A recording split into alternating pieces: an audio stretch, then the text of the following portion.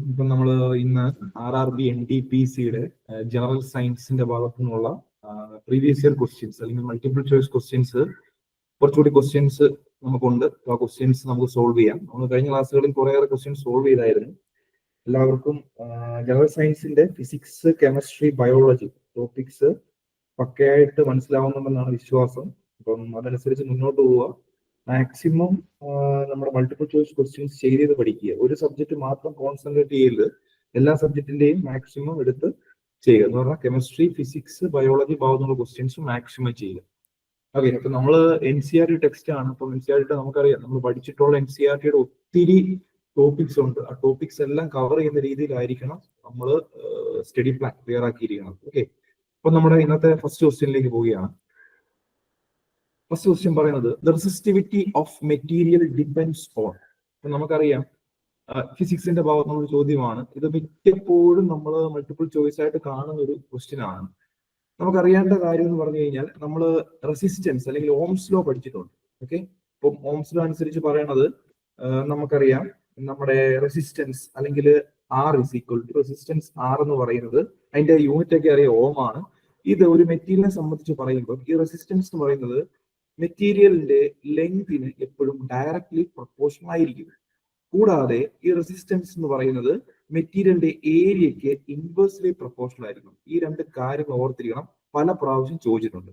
Okay, അപ്പം ഒരു മെറ്റീരിയലിന്റെ റെസിസ്റ്റൻസ് എന്ന് പറയുന്നത് അതിന്റെ ആ മെറ്റീരിയൽ ലെങ്ത് ഡയറക്ട്ലി പ്രൊപ്പോർഷണലും ഏരിയക്ക് ഇൻവേഴ്സ്ലി പ്രൊപ്പോർഷണലും ആണ്. അങ്ങനെയാണെങ്കിൽ നമുക്കറിയാം, നമ്മൾ എഴുതുമ്പോൾ R ഇസ് ഈക്വൽ ടു ഒരു കോൺസ്റ്റന്റ് കൊടുക്കും. That constant is known as resistivity rho. Okay, rho into L/A എന്ന് വരും. ഓക്കെ, ഇതാണ് നമ്മുടെ കോമൺ ഇക്വേഷൻ അല്ലെങ്കിൽ നമുക്ക് വേണ്ട ഫണ്ടമെന്റൽ ഇക്വേഷൻ ഇതാണ്. ഈ ക്വസ്റ്റ്യനകത്ത് ചോദിച്ചിരിക്കുന്നത് ഒരു മെറ്റീരിയലിന്റെ റെസിസ്റ്റിവിറ്റി എന്ന് പറയുന്നത് എന്തിനെ ഡിപ്പെൻഡ് ചെയ്യും. ഇപ്പൊ നമുക്കറിയേണ്ടത് R എന്ന് പറഞ്ഞ റെസിസ്റ്റൻസ് ആണ്, റോ എന്ന് പറഞ്ഞ റെസിസ്റ്റിവിറ്റി ആണ്. ഓക്കെ, ദെൻ L എന്ന് പറഞ്ഞ ലെങ്ത് ആണ്, A എന്ന് പറഞ്ഞ ഏരിയ ആണ്. അങ്ങനെയാണ് ഈ ഇക്വേഷൻ നമ്മൾ ഒന്നും കൂടെ ഇക്വേഷൻ ഒന്ന് സോൾവ് ചെയ്യുവാണെങ്കിൽ resistivity rho is equal to R into A/L എന്ന് എഴുതാം. ഓക്കെ ആണ്, അങ്ങനെയാണ് ഇക്വേഷൻ മനസ്സിലായി. Rho is equal to R into A/L. Okay, ഇവിടെ ഒന്ന് മനസ്സിലാക്കാം, റെസിസ്റ്റിവിറ്റി എന്ന് പറയുന്നത് റെസിസ്റ്റൻസിന് ഡയറക്ട്ലി പ്രൊപ്പോർഷണൽ ആണ്. റെസിസ്റ്റിവിറ്റി എന്ന് പറയുന്നത് ഏരിയക്ക് ഡയറക്ട്ലി പ്രൊപ്പോർഷണൽ ആണ്. റെസിസ്റ്റിവിറ്റി എന്ന് പറയുന്നത് ലെങ്തിന് ഇൻവേഴ്സ്ലി പ്രൊപ്പോർഷണൽ ആണെന്ന് കാണാൻ പറ്റും. ഓക്കെ ആണ്, അപ്പം ഇവിടെ നമ്മുടെ ചോദ്യം റെസിസ്റ്റിവിറ്റി എന്തിനെ ഡിപ്പെൻഡ് ചെയ്യുന്നു. ഓപ്ഷൻസ് നോക്കുമ്പോൾ ഫസ്റ്റ് ലെങ്ത് ഉണ്ട്, നമുക്കറിയാം ലെങ്തിനെ ഡിപ്പെൻഡ് ചെയ്യുന്നുണ്ട് അല്ലെ, ലെങ്തിനെ ഡിപ്പെൻഡ് ചെയ്യുന്നുണ്ട്. അതുകൊണ്ട് തന്നെ ഡയമീറ്റർ ഓഫ് ദ വയർ എന്ന് പറഞ്ഞിട്ടുണ്ട്. ഓക്കെ, അപ്പൊ ഡയമീറ്റർ ഓഫ് ദ വയർ നമ്മൾ ഇവിടെ എടുക്കേണ്ട ആവശ്യമില്ല. Okay, then density of the wire rho പറയുന്നില്ല. Then material of the wire ഇല്ല. അപ്പൊ നമുക്കറിയാം ഓപ്ഷനിൽ നിന്ന് വരുന്നത് ഈസി ആയിട്ട് നമുക്ക് ആൻസർ കണ്ടുപിടിക്കാൻ പറ്റും. ഓപ്ഷൻ A ആണ്, ലെങ്ത് ഓഫ് ദി വയർ. അപ്പം ഒരു മെറ്റീരിയൽ റെസിസ്റ്റിവിറ്റി എന്ന് പറയുന്നത് അതിന്റെ ലെങ്തിനെയാണ് ഡിപ്പെൻഡ് ചെയ്യുന്നത്. ക്ലിയർ ആണെന്ന് മനസ്സിലാവുന്ന ഇക്വേഷൻസ് പക്കയായിട്ട് പഠിച്ചിരിക്കണം, ചോദിക്കാൻ പറ്റുന്ന ഒരു ക്വസ്റ്റ്യൻ ആണ്. ഓക്കെ, ദെൻ നമ്മുടെ സെക്കൻഡ് ക്വസ്റ്റ്യനിലേക്ക് പോവുകയാണ്. The chemical formula of baking soda is. നമുക്കറിയാവുന്ന കെമിസ്ട്രിയുടെ ഭാഗത്തുനിന്ന് ചോദ്യമാണ്. നമ്മുടെ ബേക്കിംഗ് സോഡയുടെ കെമിക്കൽ ഫോർമുലയാണ് ചോദിച്ചിരിക്കുന്നത്. ഇതിനകത്ത് നമുക്ക് കെമിസ്ട്രിയിൽ നിന്നും എപ്പോഴും ഏതെങ്കിലും ഒരു ഫോർമുല ഉറപ്പായിട്ടും RRB എക്സാമിന് ചോദിക്കും. ഓക്കെ, അപ്പം ഇതിനകത്ത് നമ്മൾ നോക്കുമ്പോൾ ബേക്കിംഗ് സോഡയാണ് നമ്മൾ ചോദിച്ചിരിക്കുന്നത്. ബേക്കിംഗ് സോഡ എന്ന് പറഞ്ഞു കഴിഞ്ഞാൽ അറിയാവുന്ന കാര്യമാണ് വിശ്വസിക്കുന്നു. ബേക്കിംഗ് സോഡ എന്ന് പറഞ്ഞു കഴിഞ്ഞാൽ സോഡിയം ബൈകാർബണേറ്റ് ആണ്. സോഡിയം ബൈകാർബണേറ്റ് പക്കയായിട്ട് മനസ്സിലാക്കണം, സോഡിയം ബൈകാർബണേറ്റ്. ഓക്കെ, അപ്പം സോഡിയം ബൈകാർബണേറ്റിന്റെ അതിന്റെ കെമിക്കൽ ഫോർമുല അറിഞ്ഞിരിക്കണം. ചോദിച്ചിട്ടുണ്ട് NaHCO3 എന്ന് പറയും, NaHCO3. ഓക്കെ, അപ്പൊ ബേക്കിംഗ് സോഡ എന്ന് പറഞ്ഞാൽ സോഡിയം ബൈകാർബണേറ്റ് ആണ്. അതിന്റെ ഇക്വേഷൻ കെമിക്കൽ ഫോർമുല NaHCO3 എന്ന് പറയും. ഓക്കെ, അതുകൊണ്ട് നമുക്കിപ്പം ഇക്വേഷൻ ഓൾറെഡി കിട്ടി. ബേക്കിംഗ് സോഡയുടെ കെമിക്കൽ ഫോർമുല ഡയറക്റ്റ് ചോദിച്ചിരിക്കുകയാണ്. ബേക്കിംഗ് സോഡയുടെ കെമിക്കൽ ഫോർമുല ഉറപ്പായിട്ടും NaHCO3. ഓപ്ഷൻ B ആയിരിക്കും നമുക്ക് ആൻസർ ആയിട്ട് വരുന്നത്. ഓക്കെ ആണ്, NaHCO3. ഇത് നമുക്ക് ഓപ്ഷനിൽ കിട്ടി. ഇനി നമുക്ക് അറിഞ്ഞിരിക്കേണ്ട കുറെ കാര്യങ്ങളുണ്ട്. ഇത് ബേക്കിംഗ് സോഡ വളരെ ഇമ്പോർട്ടന്റ് ആണ്, പലപ്പോഴും ചോദിച്ചിട്ടുണ്ട്. ഈ സോഡ ഐറ്റംസ് കറക്റ്റായിട്ട് പറയുവാണെങ്കിൽ സോഡ ഐറ്റംസ് കുറച്ച് അറിഞ്ഞിരിക്കണം. ഓക്കെ, ഈ baking soda sodium bicarbonate NaCO3 മറ്റൊരു പേരും കൂടി ഉണ്ട് ഇതിന്. അത് നമുക്കറിയാവുന്നതാണ്, ഈസി ആയിട്ട് കെമിസ്ട്രി പഠിക്കുന്നതാണ്. Sodium hydrogen carbonate. Sodium hydrogen carbonate എന്നും ഇതിനെ വിളിക്കാറുണ്ട്. ഓക്കെ, ദെൻ നമ്മുടെ ഫയർ എക്സ്റ്റിങ്ക്വിഷർ ഇല്ലേ, ഫയർ എക്സ്റ്റിങ്ക്വിഷർ ഉപയോഗിക്കുന്നത് താഴെ പറയുന്ന ഏത് വാതകമാണെന്നോ അല്ലെങ്കിൽ എന്താണെന്നൊക്കെ ചോദിക്കാറുണ്ട്. ഓർത്തോണം, ഫയർ എക്സ്റ്റിങ്ക്വിഷർ എപ്പോഴും ഉപയോഗിക്കുന്നത് ബേക്കിംഗ് സോഡയാണ് എപ്പോഴും ഫയർ എക്സ്റ്റിങ്ക്വിഷർ ഉപയോഗിക്കുന്നത്. ചോദ്യം ചോദിച്ചു കണ്ടിട്ടുള്ളതാണ്, ഇമ്പോർട്ടന്റ് ആണ്. ഫയർ എക്സ്റ്റിങ്ക്വിഷർ ഉപയോഗിക്കുന്നത് ബേക്കിംഗ് സോഡ. അതുകൊണ്ട് തന്നെ നമുക്ക് പഠിക്കാനുള്ള മറ്റ് കെമിസ്ട്രി ഇമ്പോർട്ടന്റ് സാധനമാണ് നമ്മുടെ വാഷിംഗ് സോഡ എന്ന് പറയും. വാഷിംഗ് സോഡ വളരെ ഇമ്പോർട്ടന്റ് ആയിട്ടുള്ളതാണ് വാഷിംഗ് സോഡ. ഓക്കെ, ഈ വാഷിംഗ് സോഡയുടെ ഇക്വേഷൻസ് ഒക്കെ ചോദിക്കാറുണ്ട്. വാഷിംഗ് സോഡ പേര് ശരിക്കും പറഞ്ഞാൽ സോഡിയം കാർബണേറ്റ് ആണ് നമ്മൾ വാഷിംഗ് സോഡ എന്ന് പറയുന്നത്. ഓക്കെ, ഈ സോഡിയം കാർബണേറ്റ് ഇക്വേഷൻ എന്ന് ചോദിച്ചു കഴിഞ്ഞാൽ Na2CO3 വളരെ ഇമ്പോർട്ടന്റ് ആണ്, പഠിച്ചു വെച്ചോണ്ട് ചോദിക്കാറുണ്ട്. നമ്മുടെ വാഷിംഗ് സോഡയുടെ ഇക്വേഷൻ എന്തോ, chemical formula of washing soda ചോദിക്കുവാണെങ്കിൽ Na2CO3 എന്നാണ് അതിന്റെ ഫോർമുല. ഓക്കെ ആണല്ലോ, ക്ലിയർ ആണെന്ന് വിശ്വസിക്കുന്നു. വളരെ ഇമ്പോർട്ടന്റ് ആയിട്ട് പഠിക്കേണ്ട രണ്ടെണ്ണമാണ്, ഒന്ന് ബേക്കിംഗ് സോഡയും ഒന്ന് വാഷിംഗ് സോഡയും. ഇവിടെ ബേക്കിംഗ് സോഡ ബൈ വരുന്നുണ്ട്, സോഡിയം ബൈ കാർബണേറ്റ്. എന്നാൽ വാഷിംഗ് സോഡ ഡയറക്റ്റ് ബൈ ഇല്ല, സോഡിയം കാർബണേറ്റ്. പക്ഷെ ഇക്വേഷൻ അറിഞ്ഞിരിക്കണം, ബേക്കിംഗ് സോഡ ഇക്വേഷൻ NaCO3 എന്നും അതുകൊണ്ട് തന്നെ വാഷിംഗ് സോഡ ഇക്വേഷൻ Na2CO3 എന്നും ആവും. ഓക്കെ, അതുകൊണ്ട് തന്നെ മറ്റൊരു സോഡയുണ്ട്, അത് അത്രയ്ക്ക് ഇമ്പോർട്ടന്റ് എങ്കിലും അറിഞ്ഞിരിക്കണം, പേര് കോസ്റ്റിക് സോഡ എന്നാണ്. ഓക്കെ, കോസ്റ്റിക് സോഡ എന്ന് പറഞ്ഞു കഴിഞ്ഞാൽ അത് പറയണത് നമ്മുടെ സോഡിയം ഹൈഡ്രോക്സൈഡിനെയാണ് നമ്മൾ കോസ്റ്റിക് സോഡ എന്ന് പറയുന്നത്. സോഡിയം ഹൈഡ്രോക്സൈഡിനെയാണ് നമ്മൾ എന്ത് പറയുന്നത്, ഈ പറയുന്ന കോസ്റ്റിക് സോഡ എന്ന് പറയുന്നത്. ഓക്കെ, അതിന്റെ ഇക്വേഷൻ എന്താണെന്ന് ചോദിച്ചു കഴിഞ്ഞാൽ NaOH. NaOH. ഓക്കെ, അപ്പം നമ്മൾ പഠിച്ച 3 സോഡ ഐറ്റംസ് ആണ്. ഒന്ന് baking soda, 2 washing soda, 3 caustic soda. Okay, ഇതിനകത്ത് ഈ പറയുന്ന നമ്മുടെ ഇതൊഴിച്ച് ഇത് രണ്ടും പലപ്പോഴായിട്ട് നമ്മുടെ എക്സാമിന് ചോദിച്ചിട്ടുണ്ട്, ബേക്കിംഗ് സോഡയും വാഷിംഗ് സോഡയും. ബേക്കിംഗ് സോഡ NaCO3 ആണ്, വാഷിംഗ് സോഡ Na2CO3. എത്ര എത്ര വാട്ടർ മോളിക്യൂൾസ് ഉണ്ടെന്നൊക്കെ ചോദിക്കാറുണ്ട് കേട്ടോ. അത് 10 ആണ്. എന്തിനകത്ത്, വാഷിംഗ് സോഡയ്ക്കകത്ത് എത്ര വാട്ടർ മോളിക്യൂൾസ് ഉണ്ടെന്ന് ചോദിച്ചാലും 10H2, Na2CO3 10H2 ആണ്. ഇത് ഒരു ക്വസ്റ്റ്യൻ കണ്ടിട്ടുണ്ട്, 8, 5, 2, 10 ഓപ്ഷൻസ് ആണ്. അതിനകത്ത് 10 ആണ് ആൻസർ ആയിട്ട് വരുന്നത്. അതുകൊണ്ട് ഇക്വേഷൻ കറക്റ്റ് ആയിട്ട് അറിഞ്ഞിരിക്കണം, അല്ലെങ്കിൽ നമുക്ക് ഇതിന് ആൻസർ ചെയ്യാൻ കഴിയുന്നതല്ല. അപ്പൊ മനസ്സിലായെന്ന് വിചാരിക്കുന്നു. ബേക്കിംഗ് സോഡയുടെ കെമിക്കൽ ഫോർമുലയാണ് ചോദിച്ചത്, നമുക്ക് ആൻസർ ഡയറക്റ്റ് കിട്ടിയായിരുന്നു. NaCO3 എന്നുള്ളതാണ് ഓപ്ഷൻ വരുന്നത്. ക്ലിയർ ആണല്ലോ. അടുത്ത ക്വസ്റ്റ്യനിലേക്ക് നമുക്ക് പോകാവുന്നതാണ്. നെക്സ്റ്റ് ക്വസ്റ്റ്യൻ നോക്കാം. നെക്സ്റ്റ് ക്വസ്റ്റ്യൻ പറയുന്നത് colours seen in a soap bubbles are due to. വളരെ ഇമ്പോർട്ടന്റ് ആയിട്ടുള്ള ചോദ്യമാണ്. പലപ്പോഴും നമ്മുടെ എല്ലാ SSC അതുപോലെ തന്നെ RRB എക്സാമിന് ഫിസിക്സിന്റെ ഭാഗത്തുനിന്ന് ചോദിക്കുന്നതാണ് ഫിനോമിനൻസ്. നമ്മൾ പല പ്രതിഭാസങ്ങളുണ്ട്, ആ പ്രതിഭാസങ്ങൾ എപ്പോഴും ചോദിക്കും. ഓക്കെ, അപ്പം നമ്മൾ ഇതിനകത്ത് സോപ്പ് ബബിൾ നോക്കുമ്പോൾ അതിനകത്ത് കളർ കാണും, സൂര്യപ്രകാശം സൺലൈറ്റ് അടിക്കുകയാണെങ്കിൽ പല കളേഴ്സ് നമുക്ക് സോപ്പ് ബബിളിൽ കാണാൻ പറ്റുന്നതാണ്. ഈ സോപ്പ് ബബിളിൽ കളർ ഉണ്ടാവാനുള്ള കാരണം എന്താണെന്ന് ചോദിച്ചു കഴിഞ്ഞാൽ അത് ഇന്റർഫറൻസ് ആണ്. ഓർത്തിരുന്നോണം, സോപ്പ് ബബിൾസിൽ കളേഴ്സ് ഫോം ചെയ്തതിന് കാരണം ഇന്റർഫറൻസ് ആണ്. ഓക്കെ, അങ്ങനെയെങ്കിൽ നമുക്ക് റെയിൻബോ ഉണ്ട്. റെയിൻബോ ഉണ്ടാവുന്ന അല്ലെങ്കിൽ റെയിൻബോ എന്ന് പറഞ്ഞ പ്രതിഭാസം നമ്മൾ കാണുന്നതിന് എന്താണ് കാരണം? അതിന് കാരണമാണ് ഡിസ്പെർഷൻ, അല്ലെങ്കിൽ നമ്മുടെ റെയിൻബോ ഉണ്ടാവുന്നതിനുള്ള കാരണമായ ഫിനോമിന എന്ന് പറഞ്ഞു കഴിഞ്ഞാൽ ഡിസ്പേർഷൻ ആണ്. വെരി ഇമ്പോർട്ടന്റ് ആണ്, പലപ്പോഴും ചോദിച്ചിട്ടുണ്ട്. ഓക്കെ, അതുകൊണ്ട് തന്നെയാണ് നമ്മുടെ സ്റ്റാർസ്, നമ്മുടെ നക്ഷത്രങ്ങള് മിന്നിത്തിളങ്ങുന്നതിന് കാരണം എന്താണെന്ന് ചോദിച്ചിട്ടുണ്ട്. ഓക്കെ, അത് മറ്റൊരു ഫിനോമിനയാണ്, അതിന്റെ പേരാണ് റിഫ്രാക്ഷൻ. ഓക്കെ, റിഫ്രാക്ഷൻ നമ്മുടെ ഓപ്ഷനിലുണ്ട്, റിഫ്രാക്ഷൻ. ഓക്കെ, മാറിപ്പോരുത്. നക്ഷത്രങ്ങൾ സ്റ്റാർസ് ഫിൽട്ടർ ചെയ്യാൻ അല്ലെങ്കിൽ സ്റ്റാർസ് മിന്നിത്തിളങ്ങാൻ കാരണം റിഫ്രാക്ഷൻ എന്ന് പറയുന്ന ഫിനോമിനയാണ്. ദെൻ റെയിൻബോ ഉണ്ടാവുന്നില്ല, റെയിൻബോ ഫിനോമിന ഡിസ്പേർഷൻ ആണ്. അതുകൊണ്ട് തന്നെ നമ്മൾ മരീചിക അല്ലെങ്കിൽ മിറാജ് കാണാറുണ്ട്. മിറാജ്, ഓക്കെ, ദൂരെയൊക്കെ സ്ഥലങ്ങളിൽ വെള്ളമുള്ളതായിട്ട് അനുഭവപ്പെടുന്ന കാണപ്പെടുന്ന നമുക്ക് തോന്നുന്ന ഒരു പ്രതിഭാസമാണ് മിറാജ്. മിറാജ് ഉണ്ടാവാനുള്ള കാരണമാണ് total internal reflection, TIR, total internal reflection. Okay, ഇത് ഉറപ്പായിട്ടും പഠിച്ചിരിക്കണം, പലപ്പോഴും ചോദിച്ചിട്ടുണ്ട്, ടോട്ടൽ ഇന്റേണൽ റിഫ്ലക്ഷൻ. ഓക്കെ, ഈ ടോട്ടൽ ഇന്റേണൽ റിഫ്ലക്ഷൻ നമ്മൾ അപ്ലൈ ചെയ്യുന്ന ഒരു യൂസ് ഉണ്ട് നമുക്ക്. അത് ഒപ്റ്റിക്കൽ ഫൈബറിലാണ് നമ്മൾ ഈ ടോട്ടൽ ഇന്റേണൽ റിഫ്ലക്ഷൻ യൂസ് ചെയ്യാറ്. ഓർത്തിരുന്നോണം, ഒപ്റ്റിക്കൽ ഫൈബറിൽ നമ്മൾ ടോട്ടൽ ഇന്റേണൽ റിഫ്ലക്ഷൻ യൂസ് ചെയ്യാറ്. ടോട്ടൽ ഇന്റേണൽ റിഫ്ലക്ഷൻ എന്ന് പറഞ്ഞു കഴിഞ്ഞാൽ നമ്മുടെ ലൈറ്റ് ഇങ്ങനെ റിഫ്ലക്ട് ചെയ്ത് പോകുന്ന പ്രതിഭാസമാണ് ടോട്ടൽ ഇന്റേണൽ റിഫ്ലക്ഷൻ. അത് നമ്മൾ ഒപ്റ്റിക്കൽ ഫൈബറിലാണ് ഉപയോഗിക്കുന്നത്. അതുകൊണ്ട് തന്നെ നമ്മുടെ സി ഡി ഒക്കെ ഇല്ലേ, സി ഡി ഇപ്പോ ഇങ്ങനെ ഉപയോഗിക്കാറില്ല. നേരത്തെ കാലത്ത് നമുക്ക് സി ഡി ഒക്കെ വെച്ച് നമ്മൾ വീഡിയോസ് സി ഡി വെച്ചാണ് നമ്മൾ പാട്ട് കേൾക്കാറുള്ള വീഡിയോസ് നമ്മൾ പലപ്പോഴും ഒരു മീഡിയ ആയിട്ട് ഉപയോഗിക്കാറുണ്ട്. സി ഡി എന്ന് പറഞ്ഞു. അപ്പം ഈ സി ഡി എന്ന് പറഞ്ഞാൽ സി ഡിക്കകത്ത് നമുക്ക് കാണാൻ പറ്റും ഇങ്ങനെ കളർ, പല കളർ ഇങ്ങനെ ഉണ്ടാവാറുണ്ട്.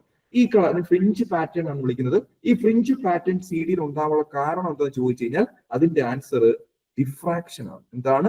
ഡിഫ്രാക്ഷൻ കാരണമാണ് നമ്മൾ ആ ഫ്രിഞ്ച് പാറ്റേൺ കാണപ്പെടുന്നത്. ഓർത്തോണം, ഡിഫ്രാക്ഷൻ. ഞാൻ പല പ്രോസ് പറഞ്ഞു.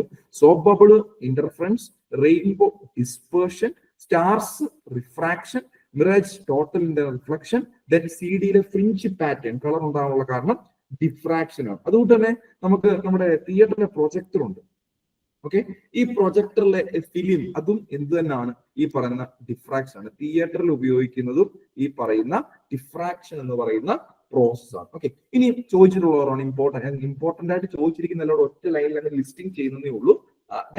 നമ്മുടെ സ്കൈയുടെ ബ്ലൂ കളർ അല്ലെ, അതറിയാവുന്നതാണെന്ന് തോന്നുന്നു. സ്കൈയുടെ ബ്ലൂ കളറിന് കാരണം അവിടുന്ന് വരുന്ന സൂര്യനിൽ നിന്ന് വരുന്ന രശ്മികള് പല പാർട്ടിക്കിൾസിൽ ഇടിച്ചിടിച്ച് തട്ടി വരുന്നതാണ്. അപ്പോൾ ആ പ്രോസസിനെ വിളിക്കുന്ന പേരാണ് സ്കാറ്ററിങ്. ഓക്കെ, സ്കാറ്ററിങ്, ലൈറ്റിന്റെ സ്കാറ്ററിങ് കാരണമാണ് സ്കൈയെ ബ്ലൂ കളറിങ്. അതുകൊണ്ട് തന്നെ നമ്മൾ പറയാറുണ്ട് ഈവനിങ് ടൈമിലും മോർണിംഗ് ടൈമിലും യെല്ലോയിഷ് അല്ലെങ്കിൽ റെഡ് കളറിൽ കാണുന്നത് എന്ത് തന്നെയാണ്? സ്കാറ്ററിങ്. അപ്പൊ ഓർത്തിരുന്നോണം, വളരെ ഇമ്പോർട്ടന്റ് ആയിട്ടുള്ള പ്രോസസ്സുകളാണ് ഞാൻ ഈ പറഞ്ഞിരിക്കുന്നത്. എല്ലാം ഇമ്പോർട്ടന്റ് ആയിട്ട് പഠിച്ചോണം. ഒന്ന് പറഞ്ഞത് സോപ്പ് ബബിളിന്റെ ഇന്റർഫറൻസ് നമുക്ക് ഓപ്ഷനിൽ കിട്ടിയ answer. Then rainbow dispersion, stars refraction, mirage total internal reflection, then fringe patterns in C D which is diffraction, then തിയേറ്ററിലെ നമ്മുടെ ഫിലിംസ് അതിന്റെയും ഡിഫ്രാക്ഷൻ ആണ്. ദെൻ സ്കൈ ബ്ലൂ കളറിൽ കാണപ്പെടുന്ന കാരണം സ്കാറ്ററിങ്. വളരെ ഇമ്പോർട്ടന്റ് ആയിട്ട് പഠിക്കേണ്ടതാണ്. മനസ്സിലായെന്ന് വിചാരിക്കുന്നു. ഉറപ്പായിട്ട് ഇതിൽ ഏതെങ്കിലും ഒരെണ്ണം നമ്മുടെ പേപ്പറിൽ കാണും. നമ്മൾ പരീക്ഷ എഴുതാൻ പോകുന്ന ഏത് എക്സാം ആണോ ആ എക്സാമിന്റെ പേപ്പറിൽ ഉറപ്പായിട്ടും ഷുവർ ക്വസ്റ്റ്യൻ ആയിട്ട് ചോദിക്കാൻ പറ്റുന്ന ഒരു ഭാഗമാണ് ഈ പറഞ്ഞത്. ക്ലിയർ ആണെന്ന് വിചാരിക്കുന്നു. നെക്സ്റ്റ് ക്വസ്റ്റ്യനിലേക്ക് പോവുകയാണ്. Next question is oil of vitriol is. Oil of vitriol എന്ന് അറിയപ്പെടുന്നത് എന്താണ്? അല്ലെ, ഓയിൽ ഓഫ് വിട്രിയോൾ എന്ന് പറഞ്ഞാൽ എന്താണ്? എളുപ്പം നമുക്ക് കുറെ കെമിസ്ട്രിയിലെ കുറച്ച് ഏറെ സാധനങ്ങൾ നമ്മൾ പഠിച്ചിട്ടുണ്ട്. നമുക്കറിയാവുന്ന ഡയറക്റ്റ് ഓയിൽ ഓഫ് വിട്രിയോൾ എപ്പോഴും ഓർത്തിരുന്നോണം. Which is sulphuric acid, which is H2SO4. ഏതാണ് ഓപ്ഷൻ? സൾഫ്യൂരിക് ആസിഡ് ആണ്. ഓർത്തോണം, ഓയിൽ ഓഫ് വിട്രിയോൾ എന്നറിയപ്പെടുന്നത് സൾഫ്യൂരിക് ആസിഡ്. അവിടെ നിർത്തണ്ട, കുറച്ചേറെ കാര്യങ്ങൾ അവിടുന്ന് പറയാനുണ്ട്. ഒന്ന്, ഓയിൽ ഓഫ് വിട്രിയോൾ ഇതാണ്. അങ്ങനെയാണെങ്കിൽ എന്താണ് വൈറ്റ് വിട്രിയോൾ എന്ന് പറയുന്നത്? ഈ ചോദിച്ചിട്ടുണ്ട്. വൈറ്റ് വിട്രിയോൾ എന്ന് പറഞ്ഞാൽ എന്താണ്? ഓക്കെ, വൈറ്റ് വിട്രിയോൾ എന്ന് അറിയപ്പെടുന്നത് സിങ്ക് സൾഫേറ്റ് ആണ്. എന്താണ്? സിങ്ക് സൾഫേറ്റ് ആണ് വൈറ്റ് വിട്രിയോൾ എന്നറിയപ്പെടുന്നത്. Okay, zinc sulphate. Okay, zinc sulphate ആണ് വൈറ്റ് വിട്രിയോൾ എന്ന് അറിയപ്പെടുന്നത്. ഓക്കെ, ദെൻ അത് കഴിഞ്ഞ് സിങ്ക് സൾഫേറ്റ് എന്ന് പറയുന്നത് SO4 ഓർത്തിരുന്നാൽ കേട്ടോ, സിങ്ക് സൾഫേറ്റ്. ഓക്കെ, അതുകൊണ്ട് തന്നെ ചോദിച്ചിട്ടുള്ളതാണ് യെല്ലോ കേക്ക്. യെല്ലോ കേക്ക് എന്നറിയപ്പെടുന്നത് എന്താണ്? Yellow cake. ഇതൊക്കെ ക്വസ്റ്റ്യൻസ് ചോദിച്ചിട്ടുള്ളത് പ്രീവിയസ് എടുത്തതാണ്. Yellow cake. Okay, yellow cake എന്ന് പറഞ്ഞാൽ ഓർത്തോണം, യുറേനിയം ഓക്സൈഡ് ആണ് യെല്ലോ കേക്ക്. യുറേനിയം ഓക്സൈഡ് ആണ് യെല്ലോ കേക്ക് എന്നറിയപ്പെടുന്നത്. ഓക്കെ, അതുകൊണ്ട് തന്നെ ചോദിച്ചിട്ടുള്ള ഒരു ക്വസ്റ്റ്യൻ ആണ് ഫിലോസഫേഴ്സ് വൂൾ. ഫിലോസഫേഴ്സ് ചോദിക്കുന്നതാണ്, ഇമ്പോർട്ടന്റ് ആണ്. ഫിലോസഫേഴ്സ് വൂൾ എന്നറിയപ്പെടുന്നത് എന്താണ്? ഓക്കെ, ഓർത്തിരുന്നോണം. Which is zinc oxide. Zinc oxide ആണ് ഫിലോസഫേഴ്സ് വൂൾ എന്നറിയപ്പെടുന്നത്. ഇമ്പോർട്ടന്റ് ആയിട്ടുള്ള കുറച്ച് ചോദിച്ചിരിക്കുന്ന സാധനങ്ങൾ ഞാൻ ഒരുമിച്ച് പറയുന്നേ ഉള്ളൂ, പഠിച്ചു വെച്ചോണം. Okay, philosophers wool. അതുകൊണ്ട് തന്നെ ചോദിച്ചിട്ടുള്ളതാണ്. ഇത് ഒത്തിരി ചോദിച്ചിട്ടുണ്ട്. Would spirit. എന്താണ് ഈ വുഡ് സ്പിരിറ്റ് എന്ന് പറയുന്നത്? വുഡ് സ്പിരിറ്റ് അത് കുറച്ചു പേർക്ക് അറിയാവുന്നതാണെന്ന് തോന്നുന്നു. കോമൺ ആയിട്ടുള്ള ചോദ്യമാണ്. മെഥനോൾ ആണ് കേട്ടോ. മെഥനോൾ ആണ് വുഡ് സ്പിരിറ്റ് എന്ന് അറിയപ്പെടുന്നത്. ഓക്കെ, വളരെ ഇമ്പോർട്ടന്റ് ആയിട്ടുള്ള കുറച്ച് സാധനങ്ങൾ പറഞ്ഞു. Oil of vitriol which is sulphuric acid of H2SO4. Then white vitriol is zinc sulphate. Then yellow cake is uranium oxide. Philosopher's wool is zinc oxide. Then wood spirit is methanol. Okay, ഇത്രയും സാധനം അറിഞ്ഞിരിക്കണം. ചോദിക്കാവുന്നതാണ്. നമ്മുടെ പേപ്പറിൽ കാണാൻ പറ്റുന്ന ഒരു sure question ആണ്. അതുകൊണ്ട് വൃത്തിയായിട്ട് മനസ്സിലാക്കി വെക്കുക, അങ്ങോട്ടും ഇങ്ങോട്ടും മാറിപ്പോകരുത്, നന്നായിട്ട് മനസ്സിലാക്കി. പ്രീവിയസ് ഇയർ ചോദിച്ചിരിക്കുന്നു, കുറെ ഇമ്പോർട്ടന്റ് ആയിട്ടുള്ള മൾട്ടിപ്പിൾ ചോയ്സിനകത്ത് വരുന്നതായതുകൊണ്ട് തന്നെ ആ ടോപ്പിക് എന്ന് പറഞ്ഞതേ ഉള്ളൂ. ക്ലിയർ ആണല്ലോ? വളരെ വൃത്തിയായിട്ട് മനസ്സിലായെന്ന് വിചാരിക്കുന്നു. നെക്സ്റ്റ് ക്വസ്റ്റ്യനിലേക്ക് പോവുകയാണ്. The fifth question is, atomic radius is measured in. Atomic radius വളരെ ഇമ്പോർട്ടന്റ് ആയിട്ടുള്ള ഒരു ടേം ആണ്, വിച്ച് ഈസ് അറ്റോമിക് റേഡിയസ്. എന്താണ് ഈ അറ്റോമിക് റേഡിയസ് ആദ്യം അറിയണം, എന്നിട്ടാണ് അത് മെഷർ ചെയ്യുന്നത് പറയുന്നത്. അതിന്റെ യൂണിറ്റ് ആണ് ചോദിച്ചിരിക്കുന്നത്. എല്ലാം ഉണ്ട്, മൈക്രോമീറ്റർ, നാനോമീറ്റർ, മില്ലിമീറ്റർ, സെന്റിമീറ്റർ. നമ്മൾ കറക്റ്റ് ഓപ്ഷൻ കണ്ടുപിടിക്കണം. ഓക്കെ, എല്ലാ മീറ്ററോടെ വരുമ്പോൾ കൺഫ്യൂഷൻ ആകും, ഏതാണ് മീറ്റർ എന്ന് അറിയണം. അതുകൊണ്ട് നമുക്ക് ആദ്യം അറ്റോമിക് റേഡിയസ് എന്താണെന്ന് നോക്കാം. ഈ അറ്റോമിക് റേഡിയസ് എന്ന് പറഞ്ഞു കഴിഞ്ഞാൽ നമുക്കറിയാം ആറ്റത്തിന്റെ സ്ട്രക്ചർ ഒക്കെ, നടുക്ക് ന്യൂക്ലിയസ് ഉണ്ട്, ന്യൂക്ലിയസിന് ചുറ്റും ഇങ്ങനെ നമ്മുടെ ഷെൽസിൽ നമ്മുടെ സ്വന്തം ഇലക്ട്രോൺസ് ഇങ്ങനെ കിടക്കുകയാണ്, അല്ലെ? ഇങ്ങനെ ഇലക്ട്രോൺസ് ഇങ്ങനെ ഷെൽസിൽ ഇങ്ങനെ പുറത്തുകൂടെ കറങ്ങിക്കൊണ്ടിരിക്കുന്നു ഇലക്ട്രോൺസ്. കറക്റ്റ് ആണ്. ദെൻ നടുക്കാണ് ന്യൂക്ലിയസ്. ഓക്കെ, നമ്മുടെ ന്യൂക്ലിയസ് നടുക്കിരിക്കും. ഓക്കെ, ദെൻ നമ്മുടെ ഇലക്ട്രോൺ തൊട്ട് ന്യൂക്ലിയസ് വരെ ഡിസ്റ്റൻസ്, ഇത്രയും ഡിസ്റ്റൻസ് ആണ് ഇപ്പൊ ഞാൻ കാണിച്ചിരിക്കുന്നത്, അല്ലെ? ഈ ഡിസ്റ്റൻസിനെ വിളിക്കുന്ന പേരാണ് അറ്റോമിക് റേഡിയസ്. ഓക്കെ, നമ്മുടെ ന്യൂക്ലിയസ് തൊട്ട് നമ്മുടെ ഷെല്ലിൽ ഇലക്ട്രോൺസിന്റെ ദൂരത്തെ കറക്റ്റ് ദൂരം എന്ന് പറയും, അതിനെ വിളിക്കുന്ന പേരാണ്, ഡിസ്റ്റൻസിനെ വിളിക്കുന്ന പേരാണ് അറ്റോമിക് റേഡിയസ്. റേഡിയസ് എന്ന് വരാൻ കാരണം ഇതൊരു സർക്കിൾ ഷേപ്പ് അല്ലേ, അതുകൊണ്ടാണ് റേഡിയസ്. അപ്പം അറ്റോമിക് റേഡിയസ് എന്ന് പറഞ്ഞാൽ അതാണ്. ഇനി ഓർത്തോണം, അറ്റോമിക് റേഡിയസ് എപ്പോഴും മെഷർ ചെയ്യുന്നത് നാനോമീറ്റേഴ്സിലാണ്. വളരെ ഇമ്പോർട്ടന്റ് ആണ്. അറ്റോമിക് റേഡിയസ് എപ്പോഴും മെഷർ ചെയ്യുന്നത് നാനോമീറ്റേഴ്സിലായിരിക്കും. ഇപ്പൊ നമ്മുടെ ഓപ്ഷനിലെ ആൻസർ കിട്ടിക്കഴിഞ്ഞു, which is nanometre. Option B ആണ് ആൻസർ ആയിട്ട് വരുന്നത്. ഓക്കെ, ഇനി അവിടെ പറയേണ്ട ഒരു കാര്യം, നമുക്കറിയാം നമ്മുടെ എക്സാം എന്ന് പറയുന്നത് NCERT ടെക്സ്റ്റിനെ ബേസ് ചെയ്താണ്. NCERT ടെക്സ്റ്റില് ശരിക്കും പറയാം, NCERT ടെക്സ്റ്റില് ഈ നാനോമീറ്ററിന് പകരം മറ്റൊരു യൂണിറ്റ് കൂടെ കൊടുത്തിട്ടുണ്ട്. അത് ആങ്സ്ട്രോം എന്ന് പറയുന്ന യൂണിറ്റ് ആണ്. ഓർത്തിരുന്നോണം, ആങ്സ്ട്രോം. അഥവാ നമ്മുടെ ഓപ്ഷനിൽ നാനോമീറ്റർ ഇല്ലെങ്കിൽ നേരെ അടുത്ത ഓപ്ഷനായിട്ട് വരാൻ സാധ്യതയുള്ളത് ആങ്സ്ട്രോം. ഇമ്പോർട്ടന്റ് ആണ്. ഓപ്ഷനിൽ നാനോമീറ്റർ എന്ന് പറയുന്ന ഓപ്ഷൻ ഇല്ലെങ്കിൽ, നാനോമീറ്റർ ഉണ്ടെങ്കിൽ ഒന്നും നോക്കണ്ട, നാനോമീറ്റർ പക്ക. നാനോമീറ്റർ ഇല്ലെങ്കിൽ നേരെ അടുത്ത ഓപ്ഷനകത്ത് ഉറപ്പായിട്ടും ആങ്സ്ട്രോം ഉണ്ടായിരിക്കണം. ആങ്സ്ട്രോം ആണ് ആൻസർ ആയിട്ട് വരുന്നത്. NCERT ടെക്സ്റ്റ് ശരിക്കും പറഞ്ഞാൽ ആങ്സ്ട്രോം എന്നാണ് കൊടുത്തിരിക്കുന്നത്, എങ്കിലും കറക്റ്റ് യൂണിറ്റ് നാനോമീറ്റർ ആണ്. ക്ലിയർ ആണോ? അങ്ങനെയാണെങ്കിൽ കുറച്ച് കാര്യങ്ങൾ ചോദിച്ചോട്ടെ. ഇത് നമുക്കറിയാം, ഫണ്ടമെന്റൽ ആണ്, എല്ലാവർക്കും അറിയാവുന്നതായിരിക്കും, എങ്കിലും ഞാൻ പറയുകയാണ്. 1 മില്ലിമീറ്റർ എന്ന് പറഞ്ഞു കഴിഞ്ഞാൽ എത്ര മീറ്റർ ആണ്? കുറച്ചു പേർക്കൊക്കെ അറിയായിരിക്കും. 1 മില്ലിമീറ്റർ എന്ന് പറഞ്ഞാൽ എത്ര ആണ്? 10⁻³ മീറ്റർ ആണ്. അതുകൊണ്ട് തന്നെ 1 മൈക്രോമീറ്റർ എന്ന് പറഞ്ഞു കഴിഞ്ഞാൽ എത്ര മീറ്റർ ആണെന്ന് ചോദിക്കും. 1 മൈക്രോമീറ്റർ എന്ന് പറഞ്ഞു കഴിഞ്ഞാൽ ഓർത്തിരുന്നോണം, 10⁻⁻6 മീറ്റർ ആണ്. അങ്ങനെയെങ്കിൽ 1 ആങ്സ്ട്രോം, ഇങ്ങനെയാണ് ആങ്സ്ട്രോം വരുന്നത് കേട്ടോ. 1 ആങ്സ്ട്രോം എന്ന് പറഞ്ഞു കഴിഞ്ഞാൽ എത്ര മീറ്റർ ആണെന്ന് ചോദിച്ചാൽ ഉറപ്പായിട്ടും അറിഞ്ഞിരിക്കണം. ചോദിക്കാം, 10⁻⁻10 ആണ്. ഇതൊരു ഇമ്പോർട്ടന്റ് പോയിന്റ് ആണ്, പഠിക്കണം.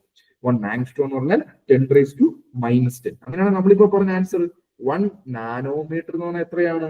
1 നാനോമീറ്റർ എന്ന് പറഞ്ഞാൽ എത്ര മീറ്റർ ആണെന്ന് ചോദിച്ചാൽ ഉറപ്പായിട്ടും അറിഞ്ഞിരിക്കണം. നമ്മുടെ ആങ്സ്ട്രോം നാനോമീറ്റർ ആൻസർ ആയിട്ട് വരുവാൻ സാധ്യതയെന്ന് പറഞ്ഞു. അതിന് കാരണം എന്താ? ഇതാണ് 10⁻⁻9. ഓക്കെ, രണ്ടും ഏകദേശം അടുത്ത യൂണിറ്റ് ആണ്. അതുകൊണ്ടാണ് ഞാൻ പറഞ്ഞ ഓപ്ഷനിൽ വന്നിട്ടില്ലെങ്കിൽ, നാനോമീറ്റർ ഇല്ലെങ്കിൽ എങ്ങോട്ട് ഓടിക്കണം? ആങ്സ്ട്രോമിനെ ഓടിക്കണം. ഓക്കെ, അങ്ങനെയെങ്കിൽ 1 നാനോമീറ്റർ 10⁻⁻9 മീറ്റർ ആണ്. ഇനി ഒരെണ്ണം ചോദിച്ചു കണ്ടിട്ടുള്ളതാണ് 1 ഫെർമി മീറ്റർ.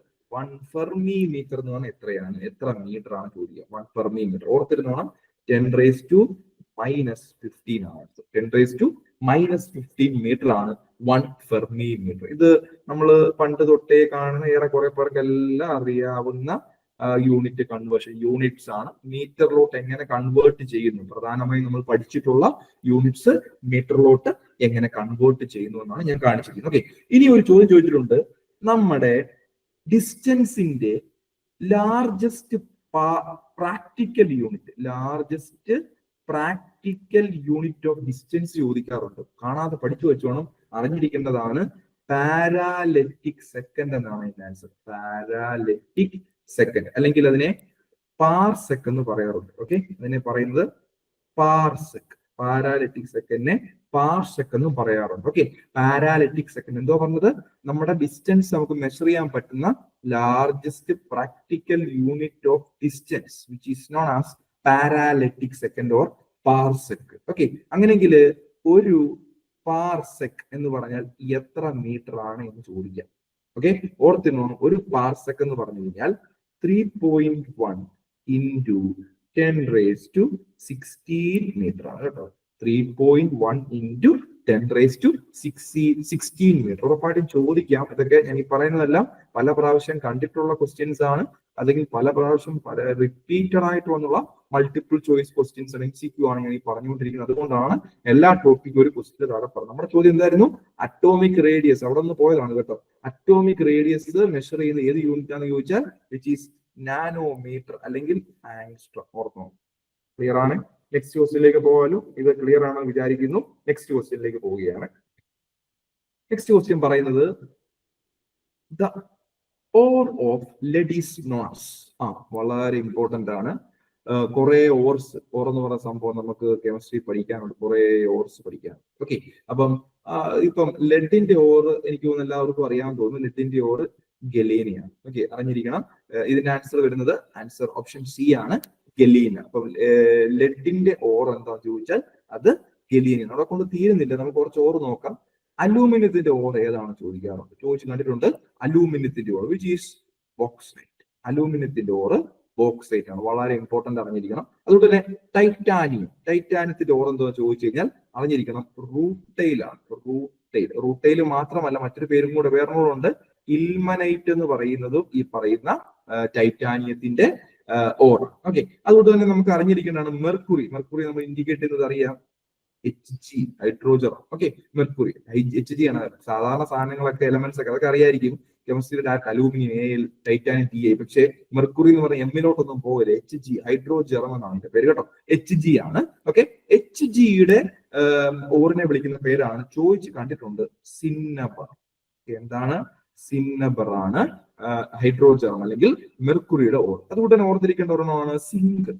സിങ്കിന്റെ ഓർ ഏതാന്ന് ചോദിക്കാം. സിങ്കിന്റെ ഓറിന്റെ പേരാണ് അറിഞ്ഞിരിക്കണം, വിച്ച് ഈസ് കലാമിൻ. എന്താണ്?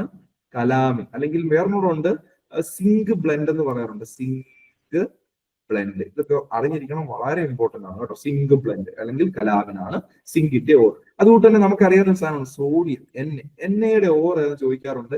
എണ്ണയുടെ ഓറിന്റെ പേരാണ് റോക്ക് സോൾട്ട്. എന്താണ്?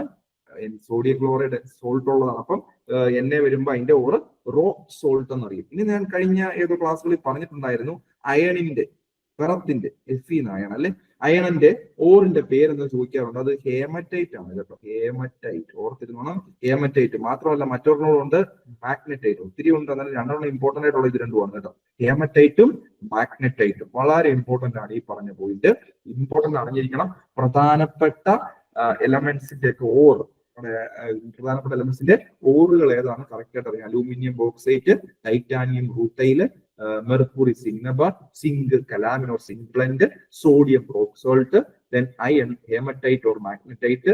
The ore of lead is which is known as gallium. Clear ആണോ? ഈസി ആയിട്ട് മനസ്സിലാവുന്ന കാര്യങ്ങൾ മാത്രമേ പറയുന്നുള്ളൂ. കറക്റ്റ് ആയിട്ട് കിട്ടുന്നുണ്ടെന്ന് വിചാരിക്കുന്നു. ഓക്കെ ആണല്ലോ. നെക്സ്റ്റ് ക്വസ്റ്റ്യനിലേക്ക് പോവുകയാണ്. Then seventh question is number of electrons present in the L shell is. നല്ലൊരു ചോദ്യമാണ് കെമിസ്ട്രിയുടെ ഭാഗത്തു നിന്നുള്ള. L ഷെല്ലിലുള്ള നമ്പർ ഓഫ് ഇലക്ട്രോൺസ് എത്രയെന്നാണ് ചോദ്യം. നമ്മുടെ L ഷെല്ലിലുള്ള നമ്പർ ഓഫ് ഇലക്ട്രോൺസ്. അതിന് അറിഞ്ഞിരിക്കേണ്ട കാര്യം എന്താണ്? നമ്മുടെ L എന്ന് പറഞ്ഞ ഷെല്ല്, അതിനെ കുറിച്ചൊക്കെ അറിഞ്ഞിരിക്കണം. അപ്പൊ നമുക്കറിയാം, നമ്മൾ സാധാരണ നമ്മുടെ കാണിക്കുമ്പം ഇലക്ട്രോൺ നമ്മുടെ ന്യൂക്ലിയസ് നടുക്കൊണ്ട് ചുറ്റും ഈ പറയുന്ന ഷെല്ലുകളുണ്ട് അല്ലെ. ഇങ്ങനെ ഷെല്ലുകൾ ഇങ്ങനെ പുറത്തുണ്ടെന്ന് ഓൾറെഡി നമ്മൾ എക്സ്പ്ലെയിൻ ചെയ്തായിരുന്നു. ഓക്കെ, അപ്പം അകത്തുള്ള ന്യൂക്ലിയസിനകത്ത് എന്തൊക്കെയാണെന്ന് അറിയാം, ന്യൂട്രോണും പ്രോട്ടോണും ഉണ്ട്. പുറത്തുള്ള ഷെൽസിനാണ് നമ്മൾ ഇലക്ട്രോൺസ് ഇരിക്കുന്നത്. ഓക്കെ, ഈ ഷെല്ലിനെ പുറത്തെ നമ്പർ അനുസരിച്ച് നമ്മൾ കൊടുത്തിരിക്കുന്നത് KLM, ഇനി പുറത്തുണ്ട് N, ഇങ്ങനെ അങ്ങ് പോകും. Okay, KLMN. നമ്മളോട് ചോദ്യം ഇനി അറിഞ്ഞിരിക്കേണ്ട കാര്യം, ചോദ്യത്തിന് മുമ്പേ അറിഞ്ഞിരിക്കേണ്ട കാര്യം, ഒരു ഷെല്ലിൽ നമ്മൾ പറയുന്ന ഈ പറഞ്ഞ K ആയിക്കോട്ടെ, L ആയിക്കോട്ടെ, M ആയിക്കോട്ടെ, N ആയിക്കോട്ടെ, ഏത് ഷെല്ല് എടുത്താലും ഒരു ഷെല്ലിൽ എത്ര നമ്പർ ഓഫ് ഇലക്ട്രോൺസ് ഉണ്ടെന്ന് ചോദിച്ചാൽ, number of electrons in A shell, അത് കണ്ടുപിടിക്കാനുള്ള ഇക്വേഷൻ 2n² എന്നാവും. എന്താണ്? 2n². കറക്റ്റ് ആണെന്നില്ല മക്കളെ, 2n². ഈ n എന്തുവാന്ന് ചോദിച്ചു കഴിഞ്ഞാൽ അത് നമ്പർ ഓഫ് ഷെല്ലാണ്. എന്താണ്?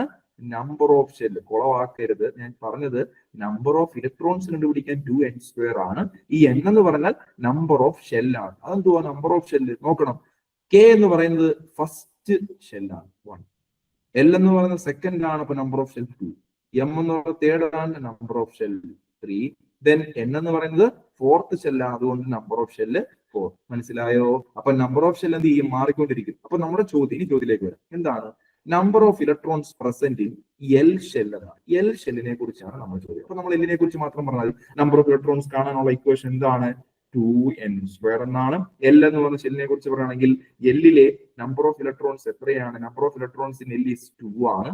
സോ കൊടുക്കുമ്പോൾ 2 × 2² എന്ന് കൊടുക്കണം. That is 4 × 2 which is 8. Answer എന്ത് വരും?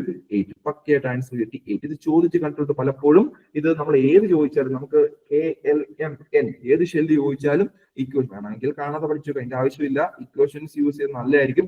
ഇക്വേഷൻ ഏതെന്ന് ഓപ്ഷനിൽ ചോദിച്ചിട്ടുണ്ട് കേട്ടോ. പല ഒരു ചോദ്യം കണ്ടിട്ടുണ്ട്. ഇക്വേഷൻ താഴെ പറയുന്നതിൽ നമ്പർ ഓഫ് ഇലക്ട്രോൺസ്, ഒരു ഷെല്ലിലെ നമ്പർ ഓഫ് ഇലക്ട്രോൺസ് കാണാനുള്ള ഇക്വേഷൻ 2n², 2n⁻²,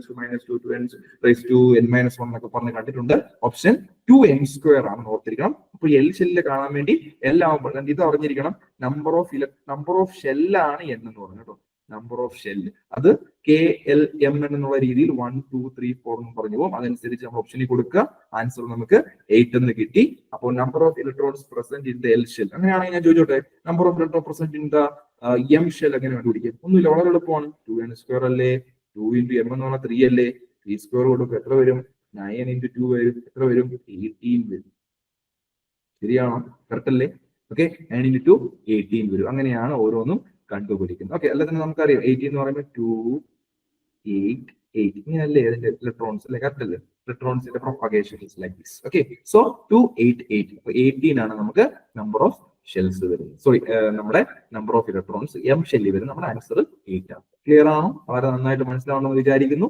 ഈസി ആയിട്ട് പഠിക്കേണ്ട ഫണ്ടമെന്റലി എന്നുള്ള ചോദ്യങ്ങളാണ് പറഞ്ഞിരിക്കുന്നത്. അത് നന്നായിട്ട് അറിയിക്കുക. ഓക്കെ, നെക്സ്റ്റ് ക്വസ്റ്റ്യനിലേക്ക് പോകാം മക്കളെ. നെക്സ്റ്റ് ക്വസ്റ്റ്യൻ പറയുന്നത് 2 റെസിസ്റ്റേഴ്സ് RO ആണ്. നല്ലൊരു ചോദ്യമാണ്. 2 റെസിസ്റ്റേഴ്സ് RO ആൻഡ് 60 Ω. RO എന്ന് പറയുന്നതും അതുകൂട്ട് തന്നെ 60 Ω എന്ന് പറയുന്നതും രണ്ട് resistors are connected in parallel to get an effective resistance of 24 Ω. Find R. നല്ല ചോദ്യമാണ്. ഫണ്ടമെന്റൽ ചോദ്യം അല്ലെ? ഫണ്ടമെന്റൽ ബേസിക് ചോദ്യമാണ്. നമുക്കറിയാം 2 തരം കണക്ഷൻസ് ഉണ്ട്. എന്തൊക്കെയാ മക്കളെ കണക്ഷൻസ്? ഒന്ന് എന്ന് പറഞ്ഞ റെസിസ്റ്ററിന്റെ കണക്ഷൻസ് ആണ്. ഒന്ന് സീരീസ് കണക്ഷനും ഒന്ന് പാരലൽ കണക്ഷൻ. സീരീസും ഉണ്ട്, പാരലും ഉണ്ട്. റെസിസ്റ്റൻസ് പാരലൽ സീരീസ് കണക്ട് ചെയ്യുവാണെങ്കിൽ ടോട്ടൽ റെസിസ്റ്റൻസ് കാണാനുള്ള ഇക്വേഷൻ R1 + R2 എന്നാവും.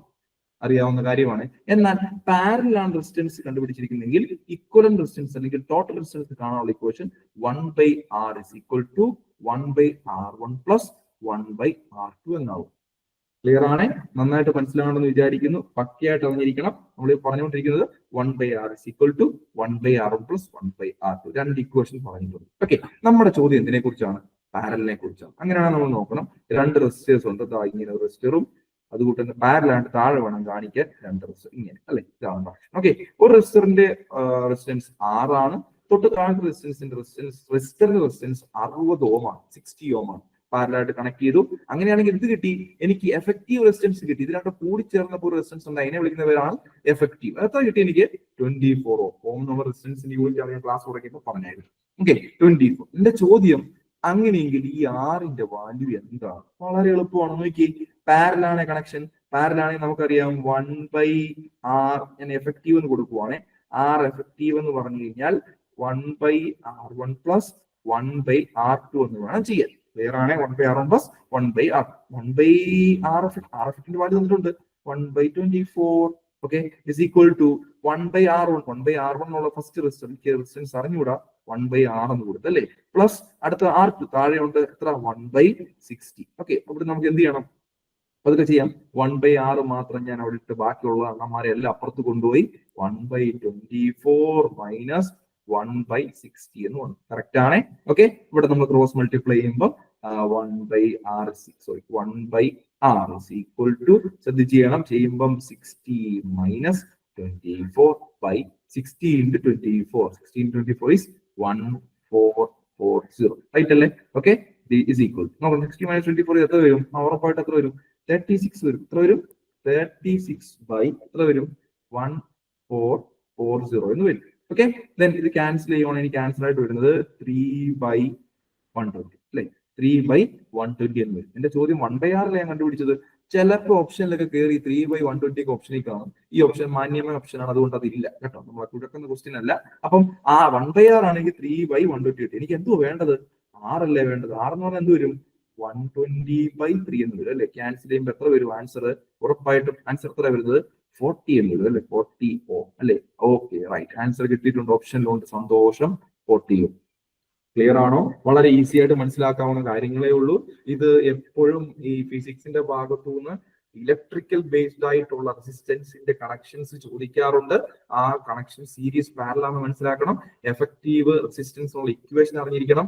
ഇക്വേഷൻ അറിഞ്ഞാൽ മാത്രം പോരെ. ഈ പാരലൊക്കെ ചെയ്യുമ്പോൾ ഏറ്റവും അവസാനം പോയിട്ട് നമ്മൾ കുളവാക്കും. ചിലപ്പോൾ അറിയാവുന്ന വെച്ചടിച്ചു പോകും. ഏറ്റവും അവസാനം വന്നിട്ട് ഇപ്പൊ ഞാൻ പറഞ്ഞോട്ടെ 1/6 കിട്ടി, എനിക്ക് 3/120. ഇവിടെ വെച്ച് ഞാൻ ഒന്ന് കട്ട് ചെയ്യുവാണെങ്കിൽ ആൻസർ 1/40 എന്ന് കിട്ടും. ചിലപ്പോൾ ഓപ്ഷനിലുണ്ടല്ലോ, ചിലപ്പോൾ ഈ ഓപ്ഷൻ വരെ 1/40 എന്നായിരിക്കും. നമ്മൾ എന്ത് ചെയ്യും? നേരെ കയറി നോക്കി. തെറ്റാണ് കേട്ടോ. കാരണം എന്താ? ഇവിടെ 1/6 ആണ് എനിക്ക് 1/40 കിട്ടി. എനിക്ക് എന്തോ കാണാൻ ചോദിച്ചിരിക്കുന്നത്? 6 കാണാൻ. അത് തീർത്തിട്ടേ പോകാവുള്ളൂ. ഓടിപ്പോയി പോരുത്. 6ന്റെ പോലെ നേരെ റെസിപ്രോക്കൽ എടുക്കണം, വിച്ച് ഇസ് 40. ഓപ്ഷൻ ഏതാ വരുന്നത്? ഓപ്ഷൻ ഇതാണ് വരുന്നത്. 40 എന്നുള്ളതാണ് റൈറ്റ് ആയിട്ടുള്ള ആൻസർ. ഓക്കെ, കറക്റ്റ് ആണെന്ന് മനസ്സിലാവുന്നു, ക്ലിയർ ആണെന്ന് മനസ്സിലാവുന്നു, കിട്ടിയെന്ന് വിചാരിക്കുന്നു. നെക്സ്റ്റ് ക്വസ്റ്റ്യനിലേക്ക് പതുക്കെ നമ്മൾ യാത്രയാവുകയാണ്. നെക്സ്റ്റ് ക്വസ്റ്റ്യൻ നോക്കാം. നെക്സ്റ്റ് ക്വസ്റ്റ്യൻ പറയുന്നത്, if the angle of incidence formed on a concave mirror at a point is 30 degree, then the angle of reflection will be. ഇത് റിഫ്ലക്ഷൻ എന്ന് പറഞ്ഞ ടോപ്പിക് ചോദ്യം. റിഫ്ലക്ഷന്റെ ഭാഗത്തുള്ള ചോദ്യമാണ് പറഞ്ഞിരിക്കേണ്ടത്. ആംഗിൾ ഓഫ് ഇൻസിഡൻസും നമ്മൾ റിഫ്ലക്ഷൻ പറയുമ്പോൾ അറിയാം, ഒരു മീഡിയം ഉണ്ടെങ്കിൽ അല്ലെ മിറർ ഉണ്ടെങ്കിൽ, സോറി മീഡിയം അല്ലെ മിറർ ഉണ്ടെങ്കിൽ ആ മിററിലേക്ക് ലൈറ്റ് വന്ന് വീഴുന്നു, ലൈറ്റ് റിഫ്ലക്ട് ചെയ്ത് പോകും. ഓക്കെ, റിഫ്ലക്ഷന്റെ ലോ ഉണ്ട്, ലോ ഓഫ് റിഫ്ലക്ഷൻ. എന്താ ലോ ഓഫ് റിഫ്ലക്ഷൻ പറയുന്നത്? ഒന്നുമില്ല, ഇൻസിഡന്റ് ആംഗിളിനെ I എന്നും റിഫ്ലക്റ്റഡ് ആംഗിളിനെ R എന്നും കാണിക്കും. ഇൻസിഡന്റ് ആംഗിളിനെ I എന്നും റിഫ്ലക്റ്റഡ് ആംഗിളിനെ R എന്നും കാണിക്കും. ഇവിടെ റിഫ്ലക്ഷൻ ലോ പറയുന്നത് എന്താണെന്ന് ചോദിച്ചു കഴിഞ്ഞാൽ, ആംഗിൾ ഓഫ് ഇൻസിഡൻസ് എപ്പോഴും ആംഗിൾ ഓഫ് റിഫ്ലക്ഷന് സെയിം ആയിരിക്കും. ആംഗിൾ ഓഫ് ഇൻസിഡൻസ് എന്ന് പറയുന്നത് ആംഗിൾ ഓഫ് റിഫ്ലക്ഷന് സെയിം ആയിരിക്കും. ഉറപ്പായിട്ട് പറഞ്ഞിരിക്കേണ്ട ഒരു ഇമ്പോർട്ടന്റ് ടോപ്പിക് ആണ് angle of I equal to angle of R. നമ്മൾ ക്വസ്റ്റ്യൻ കാണുമ്പോൾ നോക്കണം, the angle of incident formed on a concave mirror. Concave mirror ആയിക്കോട്ടെ, ഇത് കോൺകേവ് മിറർ ആണെങ്കിലും ഇൻസിഡന്റ് I ആണ്. ആ ഐയുടെ വാല്യൂ ആണ് എത്ര തന്നിരിക്കുന്നത്? 30 ഡിഗ്രി തന്നിരിക്കുന്നത്. ഓക്കെ, നമ്മോട് ചോദിച്ചിരിക്കുന്നത് റിഫ്ലക്ഷൻ ആംഗിൾ, അതാണ് ആംഗിൾ ഓഫ് R അല്ലെ. ആംഗിൾ I ആണ് തന്നിരിക്കുന്നത്, ആംഗിൾ ഓഫ് R എപ്പോഴും എന്ത് തന്നെ ആയിരിക്കും? സെയിം ആയിരിക്കും, 30 ഡിഗ്രി. അതുകൊണ്ട് ഓപ്ഷൻ ഏത് വരും? Option B, 30 degree. സിമ്പിൾ അല്ലെ, ക്ലിയർ ആയിട്ട് മനസ്സിലാവും. ഇനി ഇവിടെ നിന്ന് ചോദിക്കുന്ന ഒരു സാധനമാണ് sine I by sine R. ഐയും ആറും എന്തോന്ന് മനസ്സിലായി? ഇൻസിഡന്റ് ആംഗിളും റിഫ്ലക്റ്റഡ് ആംഗിളും ആണ്. Sine I by sine R അതൊരു കോൺസ്റ്റന്റ് ആയിരിക്കും കേട്ടോ. അത് എപ്പോഴും ഒരു കോൺസ്റ്റന്റ് ആയിരിക്കും.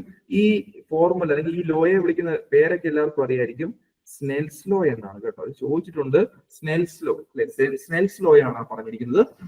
Sign of angle incident angle and sine of R reflected angle is a constant, it is known as Snell's law. അപ്പൊ നമ്മുടെ ആൻസർ നമുക്ക് കിട്ടി 30 ഡിഗ്രി. വേറെ ആംഗിളോട്ടൊന്നും പോകരുത്, രണ്ട് ആംഗിളും സെയിം ആയിരിക്കും, അതുകൊണ്ട് 30 ഡിഗ്രി. ക്ലിയർ ആണല്ലോ? ഓക്കെ, നെക്സ്റ്റ് ക്വസ്റ്റ്യനിലോട്ട് പോകാം. നെക്സ്റ്റ് ക്വസ്റ്റ്യൻ പറയുന്നത്, what is used to remove permanent hardness of water? നമ്മുടെ വാട്ടറിന്റെ പെർമനന്റ് ഹാർഡ്നെസിനെ കുറിച്ചാണ് ചോദ്യം. പെർമനന്റ് ഹാർഡ്നെസ് മാറാൻ വേണ്ടി നമുക്ക് എന്ത് യൂസ് ചെയ്യാം? ചിലർക്ക് കറക്റ്റ് ഡയറക്റ്റ് ആൻസർ അറിയാം. നമുക്ക് യൂസ് ചെയ്യാൻ പറ്റുന്ന സാധനത്തിന്റെ പേരാണ് വാഷിംഗ് സോഡ. നമ്മൾ മുമ്പേ കുറെ കാര്യങ്ങളൊക്കെ പറഞ്ഞായിരുന്നു എന്താണ് വാഷിംഗ് സോഡ എന്നൊക്കെ. അപ്പം വാഷിംഗ് സോഡ ഉപയോഗിച്ച് കഴിഞ്ഞാൽ എന്ത് ചെയ്യാം? വാട്ടറിന്റെ പെർമനന്റ് ഹാർഡ്നെസ് നമുക്ക് റിമൂവ് ചെയ്യാൻ പറ്റും. ശരിക്കും പറഞ്ഞാൽ ഈ വാട്ടറിന്റെ പെർമനന്റ് ഹാർഡ്നെസ്സിന് കാരണമായ എലമെന്റ്സ് ഏതൊക്കെയാണ് അറിഞ്ഞിരിക്കുന്ന ചോദ്യത്തിലുണ്ട്. അത് കാൽസ്യവും മഗ്നീഷ്യമാണ് കാരണം. ഓക്കെ, ഒരു വാട്ടറിന്റെ പെർമനന്റ് ഹാർഡ്നെസ്സിന് കാരണമായ എലമെന്റ്സ് എന്ന് പറഞ്ഞാൽ അത് കാൽസ്യവും മഗ്നീഷ്യവും ആകും. ഓക്കെ, ദെൻ അത് വെച്ച് നമ്മൾ പറയേണ്ട ഒരു കാര്യമാണ് ഈ സോഡിയം ബൈ അല്ലെ. നമുക്കറിയാം വാഷിംഗ് സോഡ എന്ന് പറഞ്ഞാൽ എന്തെന്ന് അറിയുന്നത്? വാഷിംഗ് സോഡ എന്ന് പറഞ്ഞാൽ സോഡിയം ബൈ കാർബണേറ്റ് അല്ല, വിച്ച് ഈസ് സോഡിയം കാർബണേറ്റ് ആണ് അല്ലെ. അങ്ങനെയാണെങ്കിൽ സോഡിയം കാർബണേറ്റിന്റെ ഇക്വേഷൻ ഒക്കെ നമ്മൾ നേരത്തെ പറഞ്ഞായിരുന്നു. സോഡിയം കാർബണേറ്റ് എന്ന് പറഞ്ഞാൽ NaCO3 ആണെന്നൊക്കെ പറഞ്ഞായിരുന്നു. അത് പൊട്ടാത്തല്ല നമ്മൾ ഇവിടുത്തെ കാര്യം. നമുക്ക് വേറൊരു സാധനം ചോദിച്ചിട്ടുണ്ട് എന്ന് പറഞ്ഞാൽ എന്താണ്, നമ്മുടെ NaHCO3 എന്ന് പറഞ്ഞാൽ എന്താണ്? NaHCO3 മുമ്പേ ഞാൻ പഠിപ്പിച്ചാണ്. അതിനെ വിളിക്കുന്ന പേരാണ് ബേക്കിംഗ് സോഡ എന്ന് പറയും. എന്താണ് ബേക്കിംഗ് സോഡ എന്ന് പറയുന്നത്? NaHCO3 അല്ലെങ്കിൽ സോഡിയം ബൈകാർബണേറ്റ് ആണ്. ഓക്കെ, അതുകൂട്ട് തന്നെ ചോദിച്ചിരുന്ന സാധനമാണ് ബ്ലീച്ചിങ് പൗഡറിന്റെ ഇക്വേഷൻ.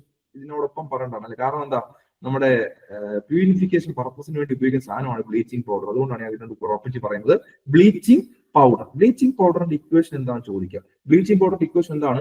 CaOCl2. വളരെ ഇമ്പോർട്ടന്റ് ആണ്. CaOCl2 എന്നുള്ളതാണ് ബ്ലീച്ചിങ് പൗഡറിന്റെ ഇക്വേഷൻ. ഓക്കെ, മുമ്പേ പറഞ്ഞായിരുന്നു 3 സോഡ പഠിപ്പിച്ചല്ലേ? വാഷിംഗ് സോഡ, ബേക്കിംഗ് സോഡ, പിന്നെ എന്ത് വരുന്നു? Caustic soda. എന്ത് വരുന്നു? Sodium hydroxide. ഞാൻ എഴുതുന്നില്ല, നമ്മുടെ സ്ലൈഡിലുണ്ട്. സോഡിയം ഹൈഡ്രോക്സൈഡ് ആണ്. ഓക്കെ, അപ്പൊ നമ്മള് ഇപ്പൊ പഠിച്ച കാര്യങ്ങൾ ഓർത്തിരിക്കണം. പെർമനന്റ് ഹാർഡ്നെസിന് കാരണമാകുന്ന എലമെന്റ്സ് എന്ന് വെച്ചാൽ കാൽസ്യവും മഗ്നീഷ്യവും ആണ്. അത് റിമൂവ് ചെയ്യാൻ വേണ്ടി വാഷിംഗ് സോഡ ഉപയോഗിക്കാം. ദെൻ അതുകൊണ്ട് തന്നെ ബേക്കിംഗ് സോഡ എന്ന് വെച്ചാൽ NaHCO3 ആണ്. വാഷിംഗ് സോഡ ഇക്വേഷൻ എല്ലാവർക്കും അറിയാം. എന്തുവായിരുന്നു വാഷിംഗ് സോഡ ഇക്വേഷൻ? ഞാൻ പറഞ്ഞാണ്. എന്തുവായിരുന്നു? Na2CO3 10H2O. ചോദിച്ചിട്ടുണ്ട് കേട്ടോ. Na2CO3 10H2O. വാഷിംഗ് സോഡയിൽ എത്ര നമ്മുടെ വാട്ടർ കണ്ടന്റ് ഉണ്ടെന്ന് ചോദിച്ചാൽ, വാട്ടറിന്റെ മോളിക്യൂൾസ് ഉണ്ടെന്ന് ചോദിച്ചാൽ 10 ആണ് ആൻസർ കേട്ടോ. അതുകൊണ്ട് കൂടാതെ ബ്ലീച്ചിങ് പൗഡറിന്റെ ഇക്വേഷൻ എന്ന് വെച്ചാൽ CaOCl2. ഓക്കെ, ക്ലിയർ ആണോ? വളരെ ക്ലിയർ ആയിട്ട് മനസ്സിലാവുമെന്ന് വിചാരിക്കുന്നു. ഡൗട്ട് ഒന്നുമില്ല. നമ്മൾ ഈസി ആയിട്ട് പറഞ്ഞു പോകുന്ന കാര്യങ്ങളാണ്, ഫണ്ടമെന്റൽസ് ആണ് ഇപ്പൊ പോയിക്കൊണ്ടിരിക്കുന്നത് കേട്ടോ. നെക്സ്റ്റ് ക്വസ്റ്റ്യനിലേക്ക് പോവുകയാണ്. ക്വസ്റ്റ്യൻ പറയുന്നത് A convex lens has A focal length of 50 cm. Calculate it's power. നമ്മൾ പറഞ്ഞിരിക്കുന്ന ആരെ കുറിച്ചാണ്? കറക്റ്റ് അറിയണം. എന്തിനെ കുറിച്ചാണ്? കോൺവെക്സ് ലെൻസിനെ കുറിച്ചാണ്. അതിന്റെ ഫോക്കൽ ലെങ്ത് 50 cm ആണ്. പവർ എത്രയാണെന്നാണ് ചോദ്യം. ഓക്കെ, ഇവിടെ നിന്ന് ചോദിച്ചിരുന്ന ചോദ്യം ഞാൻ പറയാം. ആദ്യം കിട്ടിയപ്പോൾ തന്നെ പറയുവാണ്, ലെൻസിന്റെ പവറിന്റെ യൂണിറ്റ്. ലെൻസിന്റെ പവറിന്റെ യൂണിറ്റ് അറിയായിരിക്കും കുറെ പേർക്കൊക്കെ. എന്താണത്? എന്താണ് മക്കളെ? ഡയോപ്റ്റർ. എന്താണ്? ഡയോപ്റ്റർ എന്നാണ് കേട്ടോ. അറിഞ്ഞിരിക്കണം, ചോദിച്ചിട്ടുണ്ട് പ്രീവിയസ് ഇയറിൽ. ലെൻസിന്റെ പവറിന്റെ യൂണിറ്റ് എന്ന് ചോദിച്ചാൽ അത് ഡയോപ്റ്റർ എന്നാണ്. അങ്ങനെ നമുക്ക് ഇക്വേഷനിലേക്ക് പോവാം. ലെൻസിന്റെ പവർ കാണാനുള്ള ഇക്വേഷൻ എന്ന് വെച്ചാൽ P is equal to 1 by focal length എന്നാണ്. P is equal to 1 by focal length. ഓർത്തോണം, ഈ ഫോക്കൽ ലെങ്ത് എപ്പോഴും തരുന്ന യൂണിറ്റ് എന്തിലായിരിക്കണം? മീറ്ററിലായിരിക്കണം. വളരെ ഇമ്പോർട്ടന്റ് ആണ്. മീറ്ററിലാണെങ്കിൽ മാത്രമേ നമുക്ക് പവർ ഡയോപ്റ്ററിൽ കിട്ടത്തുള്ളൂ കേട്ടോ. അതുകൊണ്ടാണ് അങ്ങനെ പറഞ്ഞത്. ഫോക്കൽ ലെങ്ത് എപ്പോഴും എന്തിൽ കൊടുക്കണം? മീറ്ററിൽ കൊടുക്കണം. അത് ഞാൻ പറയാൻ കാരണം, ഈ ക്വസ്റ്റ്യൻ നോക്കുമ്പോൾ എനിക്ക് കിട്ടിയിരിക്കുന്ന ഫോക്കൽ ലെങ്ത് നമുക്ക് ഇക്വേഷനെ കിട്ടുമ്പോൾ വെച്ച് അനത്തി വിടും. എന്തുമായിരിക്കും? P is equal to 1 by f 1 by 50 കൊടുക്കരുത്. കാരണം ഇവിടെ കിടക്കുന്നത് 50 സെന്റിമീറ്റർ എന്നാണ്. എനിക്കറിയാം, നമുക്കറിയാം ഫോക്കൽ ലെങ്ത് എപ്പോഴും കൊടുത്തിരിക്കുന്നത് എന്തിലായിരിക്കണം? മീറ്ററിലായിരിക്കും. ഓക്കെ, അതുകൊണ്ട് ക്വസ്റ്റ്യൻ കൊടുക്കുമ്പോൾ power is equal to 1 by 50 സെന്റിമീറ്ററിനെ മീറ്ററോട്ട് ആക്കുമ്പോൾ 50 into 10⁻⁻² എന്ന് വരും, വിച്ച് ഈസ് 0.5. ശരിയാണ്, 0.5 മീറ്റർ ആണ്. സോ ആൻസർ നമുക്ക് നോക്കുമ്പോൾ 1 by 0.5 എന്ന് എത്ര മക്കളെ? 1/2 അല്ലേ? ഓക്കെ, 1 by 1/2 എന്ന് വരും. നേരെ മുകളിൽ പോകുമ്പോഴാണ് തിരിയുമ്പോൾ എന്ത് വരും? 2 എന്ന് വരും, അല്ലെങ്കിൽ 2D. എന്ന് പറഞ്ഞാൽ ഡയോപ്റ്റർ. ഓക്കെ ആണേ, ക്ലിയർ ആണ്. അപ്പൊ ആൻസർ ഇട്ടിരിക്കുന്നത് 2D. ഓപ്ഷൻ ഉണ്ടോ? ഉണ്ടല്ലോ, ഓപ്ഷൻ 2D. ക്ലിയർ ആണ്. കോൺവെക്സ് ലെൻസിന്റെ ഫോക്കൽ ലെങ്ത് 50 എത്രയെങ്കിലും തിരികെയാണെങ്കിൽ അതിന്റെ പവർ കാണാൻ പറഞ്ഞ ഇക്വേഷൻ എന്താണ്? P is equal to 1 by f എന്നാണ്. ഒരു കാര്യം അവിടെ തന്നെ പറഞ്ഞോണം, എഫ് എന്തിലായിരിക്കണം? യൂണിറ്റ് മീറ്ററിലായിരിക്കണം. എങ്കിൽ മാത്രമേ നമുക്ക് ഈ ഇക്വേഷൻ അപ്ലൈ ചെയ്യാൻ പറ്റത്തുള്ളൂ. അതുകൊണ്ട് P is equal to 1 by 0.5 എന്ന് വരും. 50 സെന്റിമീറ്ററിനെ മീറ്ററിലോട്ട് ആക്കി. സോ 2D എന്ന ആൻസർ. D എന്ന് പറഞ്ഞാൽ ഡയോപ്റ്റർ ആണ് കേട്ടോ. ക്ലിയർ ആണല്ലോ. നെക്സ്റ്റ് ക്വസ്റ്റ്യനിലോട്ട് എനിക്ക് പോകാമല്ലോ. അതുകൊണ്ട് തന്നെ വേറെ കാര്യം ചെയ്തോട്ടെ.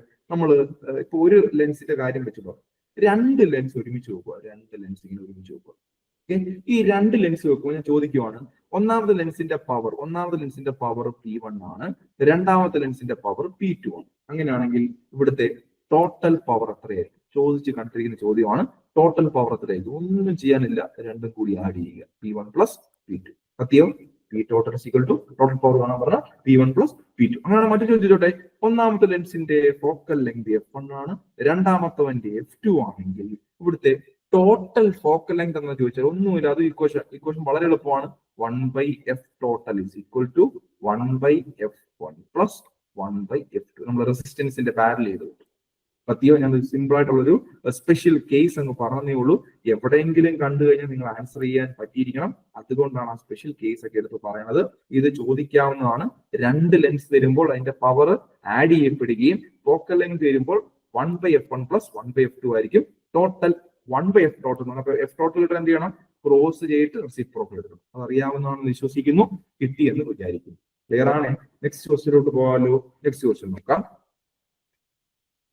The problem of myopia in a human eye can be corrected by using പറഞ്ഞിരിക്കുന്നത് നമ്മൾ ചോദിച്ചിരിക്കുന്നത് മയോപ്പിയ അല്ലെ, മയോപ്പിയെ കുറിച്ചാണ് ചോദ്യം. നമ്മൾ നേരത്തെ കണ്ടിട്ടുള്ള സാധനമാണ് മയോപ്പിയ അല്ലെ, കണ്ണിന്റെ കുറച്ച് പ്രശ്നങ്ങൾ അല്ലെ, കുറച്ച് പ്രശ്നങ്ങളുണ്ട്. അതിൽ ഒരെണ്ണമാണ് ആര്? മയോപ്പിയ എന്ന് പറഞ്ഞു. ഓക്കെ, അങ്ങനെയാണെങ്കിൽ നമുക്കറിയാം, ഒന്ന് കേട്ടോണം, ഞാൻ പറഞ്ഞിട്ടുള്ള കാര്യമാണ്. നമുക്ക് രണ്ട് പ്രശ്നമാണ് മെയിൻ ആയിട്ട് നമ്മുടെ എക്സാമിന് ചോദിച്ചിട്ടുള്ളത് കേട്ടോ. ഒന്ന്, നമുക്ക് അടുത്തുള്ളത് കാണാൻ പറ്റും. അടുത്തുള്ളത് കാണാതിരിക്കും, നമ്മൾ തൊട്ടടുത്തിരിക്കുന്ന സാധനങ്ങൾ കാണാൻ പറ്റില്ല. അതിനെ വിളിക്കുന്ന നേരെ ഓപ്പോസിറ്റ് ആണ്. എന്താണ്?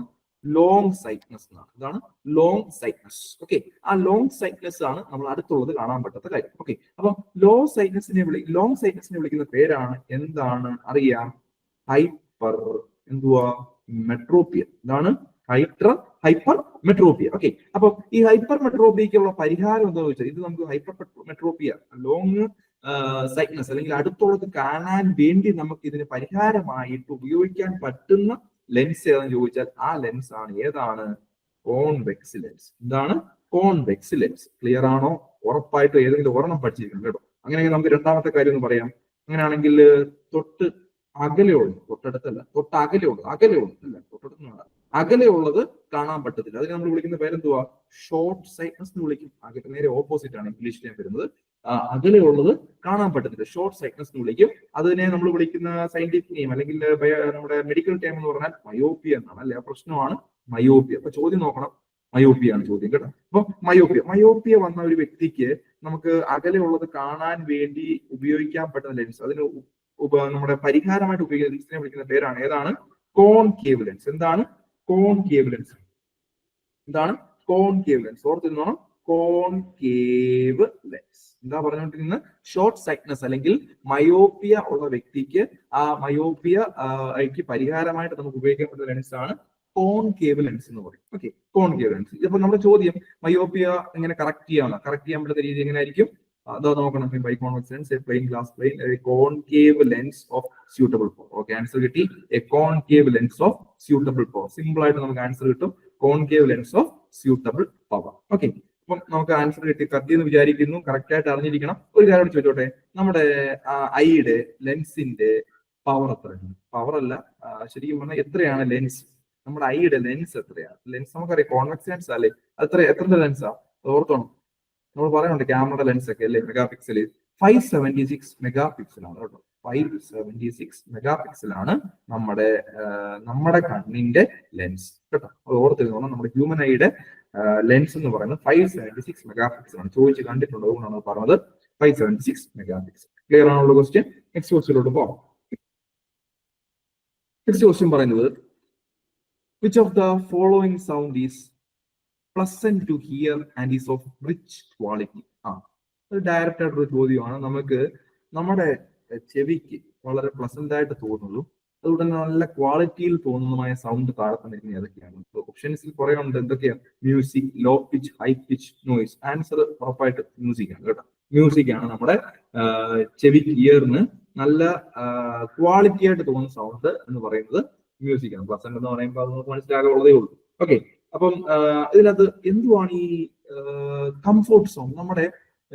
നമ്മുടെ ഇയറിന്റെ കംഫോർട്ട് സൗണ്ട് WHO പറയുന്ന, വേൾഡ് ഹെൽത്ത് ഓർഗനൈസേഷൻ പറയുന്നതനുസരിച്ച് നമ്മുടെ കംഫോർട്ട് സൗണ്ട് എന്ന് പറഞ്ഞാൽ 45 ഡെസിബൽ ആണ്. ഓർത്തിനോണം, 45 ഡെസിബൽ ആണ്. ഓക്കെ, ഇനി നമ്മുടെ ഇപ്പൊ ഓപ്ഷനിലുണ്ട് പിച്ച്, ഹൈ പിച്ചിലോ. എന്താ പിച്ച്? പിച്ച് എന്ന് പറയുന്നത് പിച്ച് ഡിപ്പെൻഡ് ചെയ്യുന്നത് എന്തിനാണ്? പിച്ച് ഡിപ്പെൻഡ് ചെയ്യുന്നത് എപ്പോഴും ഫ്രീക്വൻസി ആയിരിക്കും. ചോദിച്ചിട്ടുണ്ട്, പിച്ച് ഡിപ്പെൻഡ് ചെയ്യുന്നത് ഫ്രീക്വൻസി ആയിരിക്കും. ഓക്കെ, ഇനി വേറെ സാധനമുണ്ട്, ലൗഡ്നെസ്. അതിനകത്ത് ഓപ്ഷൻ ഇല്ല. ലൗഡ്നെസ് മെഷർ ചെയ്യുന്നത് എന്തിനാണ്? ഡെസിബിളിലാണ്. ലൗഡ്നെസ് മെഷർ ചെയ്യുന്നത് ഡെസിബിളിലാണ്. അപ്പം ലൗഡ്നെസിനെ ബേസ് ചെയ്താണ് നമുക്ക് പ്ലസന്റ് അല്ലെങ്കിൽ ക്വാളിറ്റി സൗണ്ട് മനസ്സിലാക്കുന്നത്. അത് കറക്റ്റ് ആയിട്ട് വരുന്നത് മ്യൂസിക്കിലാണ്. നമുക്ക് കറക്റ്റ് പറഞ്ഞ നമ്മുടെ ഇയറിന്റെ ലൗഡ്നെസ് റേറ്റ് എന്ന് പറയുന്നത് 45 ഡെസിബിൾ വരെയാണ്. ക്ലിയർ ആണല്ലോ? ഓപ്ഷൻസ് ക്ലിയർ ആണെന്ന് വിചാരിക്കുന്നു. നെക്സ്റ്റ് ക്വസ്റ്റ്യനിലോട്ട് പോയി. നെക്സ്റ്റ് ക്വസ്റ്റ്യൻ പറയുന്നത്, ദ ഗ്രാവിറ്റേഷണൽ ഫോഴ്സ് ബിറ്റ്വീൻ, നോക്കണേ 1 minute. The gravitational force between two objects masses, two objects of masses m1 and m2 is directly proportional to. നല്ലൊരു ചോദ്യമാണ്, ഫിസിക്സ് എന്നുള്ള ചോദ്യമാണ്, നമ്മൾ ഒത്തിരി പഠിക്കാനുള്ളതാണെന്ന് പറഞ്ഞു കഴിഞ്ഞാൽ നമ്മുടെ ഗ്രാവിറ്റേഷണൽ ഫോഴ്സിനെ കുറിച്ചാണ് പറഞ്ഞിരിക്കുന്നത് അല്ലെ. ഗ്രാവിറ്റേഷൻ എന്താണ്? ഗ്രാവിറ്റേഷൻ ഫോഴ്സിന്റെ ഇക്വേഷൻ മക്കളെ, ഗ്രാവിറ്റേഷൻ ഫോഴ്സ് എന്ന് പറഞ്ഞാൽ F is equal to G m1 m2 by r square. അറിയാവുന്ന ഇക്വേഷൻ, വളരെ ഇമ്പോർട്ടന്റ് ആയിട്ടുള്ള നമ്മുടെ ഇങ്ങനെയുള്ള ചോദ്യം കോമ്പറ്റീവ് എക്സാമിന് ചോദിക്കാവുന്നതാണ്. ഗ്രാവിറ്റേഷണൽ ഫോഴ്സ് പറഞ്ഞാൽ G m1 m2 by r square. അതുകൊള്ളത് F ആണ് ഫോഴ്സ്, m എന്ന് പറഞ്ഞാൽ m1 മാസ് ആണ്, m2 രണ്ടാമത്തെ ബോഡിയുടെ മാസ് ആണ്, G എന്ന് പറഞ്ഞാൽ എന്താണ്? ഗ്രാവിറ്റേഷണൽ കോൺസ്റ്റന്റ് ആണ്. എന്താണ്? Gravitational constant. R എന്ന് പറഞ്ഞാൽ എന്താണ്? റേഡിയസ് ആണ്. ഓക്കെ, അങ്ങനെയാണെങ്കിൽ ഈ ഗ്രാവിറ്റേഷണൽ കോൺസ്റ്റന്റ് വാല്യൂ എത്രയാണ്? ജിയുടെ value ഓർത്തിരുന്നോണം, which is 6.67 into 10 raised to minus 11 Newton, sorry, minus 11 Newton meter square kilogram square ആണ് കേട്ടോ. Newton meter square kilogram square. Clear ആണോ? കോൺസ്റ്റന്റ് ചോദിച്ചിട്ടുണ്ട്, വളരെ ഇമ്പോർട്ടന്റ് ചോദിച്ചിട്ടുണ്ട്, കാണാൻ പഠിക്കാനുള്ളതേ ഉള്ളൂ. 6.67 into 10 raised to minus 11. Unit അറിഞ്ഞിരിക്കണം. 10 raised to minus 11 Newton meter square per kilogram square എന്നാണ് കേട്ടോ. 6.67 into 10 raised to minus 11 Newton meter square per kilogram square. Okay, then ഈ ഗ്രാവിറ്റേഷണൽ കോൺസ്റ്റന്റ് ഡിസ്കവർ ചെയ്ത ആരാന്ന് ചോദിക്കും. ഓക്കെ, അത് ഡിസ്കവർ ചെയ്ത ആളുടെ പേര് അറിഞ്ഞിരിക്കണം, ഹെൻറി കാവൻഡിഷ് എന്നാണ് കേട്ടോ. ഹെൻറി കാവൻഡിഷ് അറിഞ്ഞിരിക്കണം, ഹെൻറി കാവൻഡിഷ് എന്നാണ്. ഓക്കെ, ഗ്രാവിറ്റേഷണൽ കോൺസ്റ്റന്റ് ഡിസ്കവർ ചെയ്ത ആരാന്ന് ചോദിച്ചാൽ ഹെൻറി കാവൻഡിഷ് ആണ് കേട്ടോ. Then അപ്പൊ നമ്മുടെ ക്വസ്റ്റ്യൻ എന്ത് വരുന്നു? The gravitational force between two objects of masses m1 and m2. അദ്ദേഹം കാണുമ്പോൾ ഇക്വേഷനിലുണ്ട് എന്തുവാ? m1 m2 തമ്മിലുള്ള ബന്ധം എന്തുവാ? m1 into m2 ആണ് അല്ലെ. എന്ത് വരും? m1 into m2 എന്ന് വരും. എന്താണ്? m1 into m2. അപ്പൊ ഓപ്ഷൻ കിട്ടി. ഓപ്ഷൻ ഏതാ വരുന്നത്? ഓപ്ഷൻ ഡി ആണ് ആൻസർ ആയിട്ട് വരുന്നത്. അതുകൊണ്ട് തന്നെ നമുക്കറിയാം ജി എന്ന് പറഞ്ഞാൽ ഗ്രാവിറ്റേഷൻ കോൺസ്റ്റന്റ് ആണ്. സ്മോൾ ജി എന്ന് പറഞ്ഞാൽ എന്തുവാണ്? ആക്സിലറേഷൻ ഡ്യൂ ടു ഗ്രാവിറ്റി ആണ്. അറിയാവുന്ന കാര്യമാണ്, രണ്ടും മാറിപ്പോരുത്. ഇത് ആക്സിലറേഷൻ, ഇത് ഗ്രാവിറ്റേഷണൽ കോൺസ്റ്റന്റും, ജി എന്ന് പറഞ്ഞാൽ ആക്സിലറേഷൻ ഡ്യൂ ടു ഗ്രാവിറ്റി ആണ്. ഇത് തമ്മിലുള്ള റിലേഷൻ എന്തുവാന്ന് ചോദിക്കും അല്ലെ. ഇത് നമ്മുടെ റിലേഷൻ എന്തുവാ? Acceleration due to gravity G is equal to G M by R square. എന്താണ്? G is equal to G M by R square. വളരെ ഇമ്പോർട്ടന്റ് ആയിട്ടുള്ള സാധനമാണ് ഞാൻ ഇപ്പൊ പറഞ്ഞത്. ഇക്വേഷൻ അറിഞ്ഞിരിക്കണം. ജി എന്ന് പറഞ്ഞാൽ ആക്സിലറേഷൻ ഡ്യൂ ടു ഗ്രാവിറ്റിയും ഗ്രാവിറ്റേഷൻ കോൺസ്റ്റന്റ് തമ്മിലുള്ള ബന്ധം G is equal to G M by R square. ഈ എം മാസ് ആണ്, ഇത് റേഡിയസ് ആണ്. ക്ലിയർ ആണല്ലോ? വളരെ ഇമ്പോർട്ടന്റ് ആയിട്ടുള്ള സാധനമാണ് പറഞ്ഞത്, ഉറപ്പായിട്ട് അറിഞ്ഞിരിക്കണം. നെക്സ്റ്റ് ക്വസ്റ്റ്യനിലോട്ട് പോവുകയാണ്. ഓക്കെ, നെക്സ്റ്റ് ക്വസ്റ്റ്യൻ എന്ന് പറയുന്നത്, in which of the following phenomena does a solid substance change into liquid substance? വളരെ ഇമ്പോർട്ടന്റ് ആയിട്ടുള്ള ഒരു ചോദ്യമാണത്. നമുക്കറിയാവുന്ന കുറച്ച് ഫിസിക്സിലെ കുറച്ച് ഫേസ് ചേഞ്ചസ് അല്ലെ. എത്ര ഫേസ് ഉണ്ട് നമുക്കറിയാം? 3 phases ആണുള്ളത്. അതിലെ ഫേസ് ചേഞ്ചസ് അറിയാം. ഫേസ് ചേഞ്ചസ് അല്ലെ. ഇങ്ങനെയാണെങ്കിൽ ഞാൻ ചോദിച്ചോട്ടെ, നമുക്കറിയാവുന്ന ഫസ്റ്റ് ഫേസ് എന്ന് പറഞ്ഞാൽ സോളിഡ് ആണ് അല്ലെ. സോളിഡ് ലിക്വിഡ് ആവുന്നത് എന്ത് വിളിക്കും? സോളിഡ് ലിക്വിഡ് ആവുന്നത് എല്ലാവർക്കും അറിയാതിരിക്കണം. സോളിഡ് ലിക്വിഡ് ആവുന്നതിന് കുറച്ച് പേർക്ക് തപ്പിത്തടയും, തെറ്റരുത്. സോളിഡ് ലിക്വിഡ് ആവുന്ന ഫിനോമിന അല്ലെങ്കിൽ ആ ഫേസ് ചേഞ്ച് പ്രോസസിനെ വിളിക്കുന്ന പേരാണ് എന്താണ്?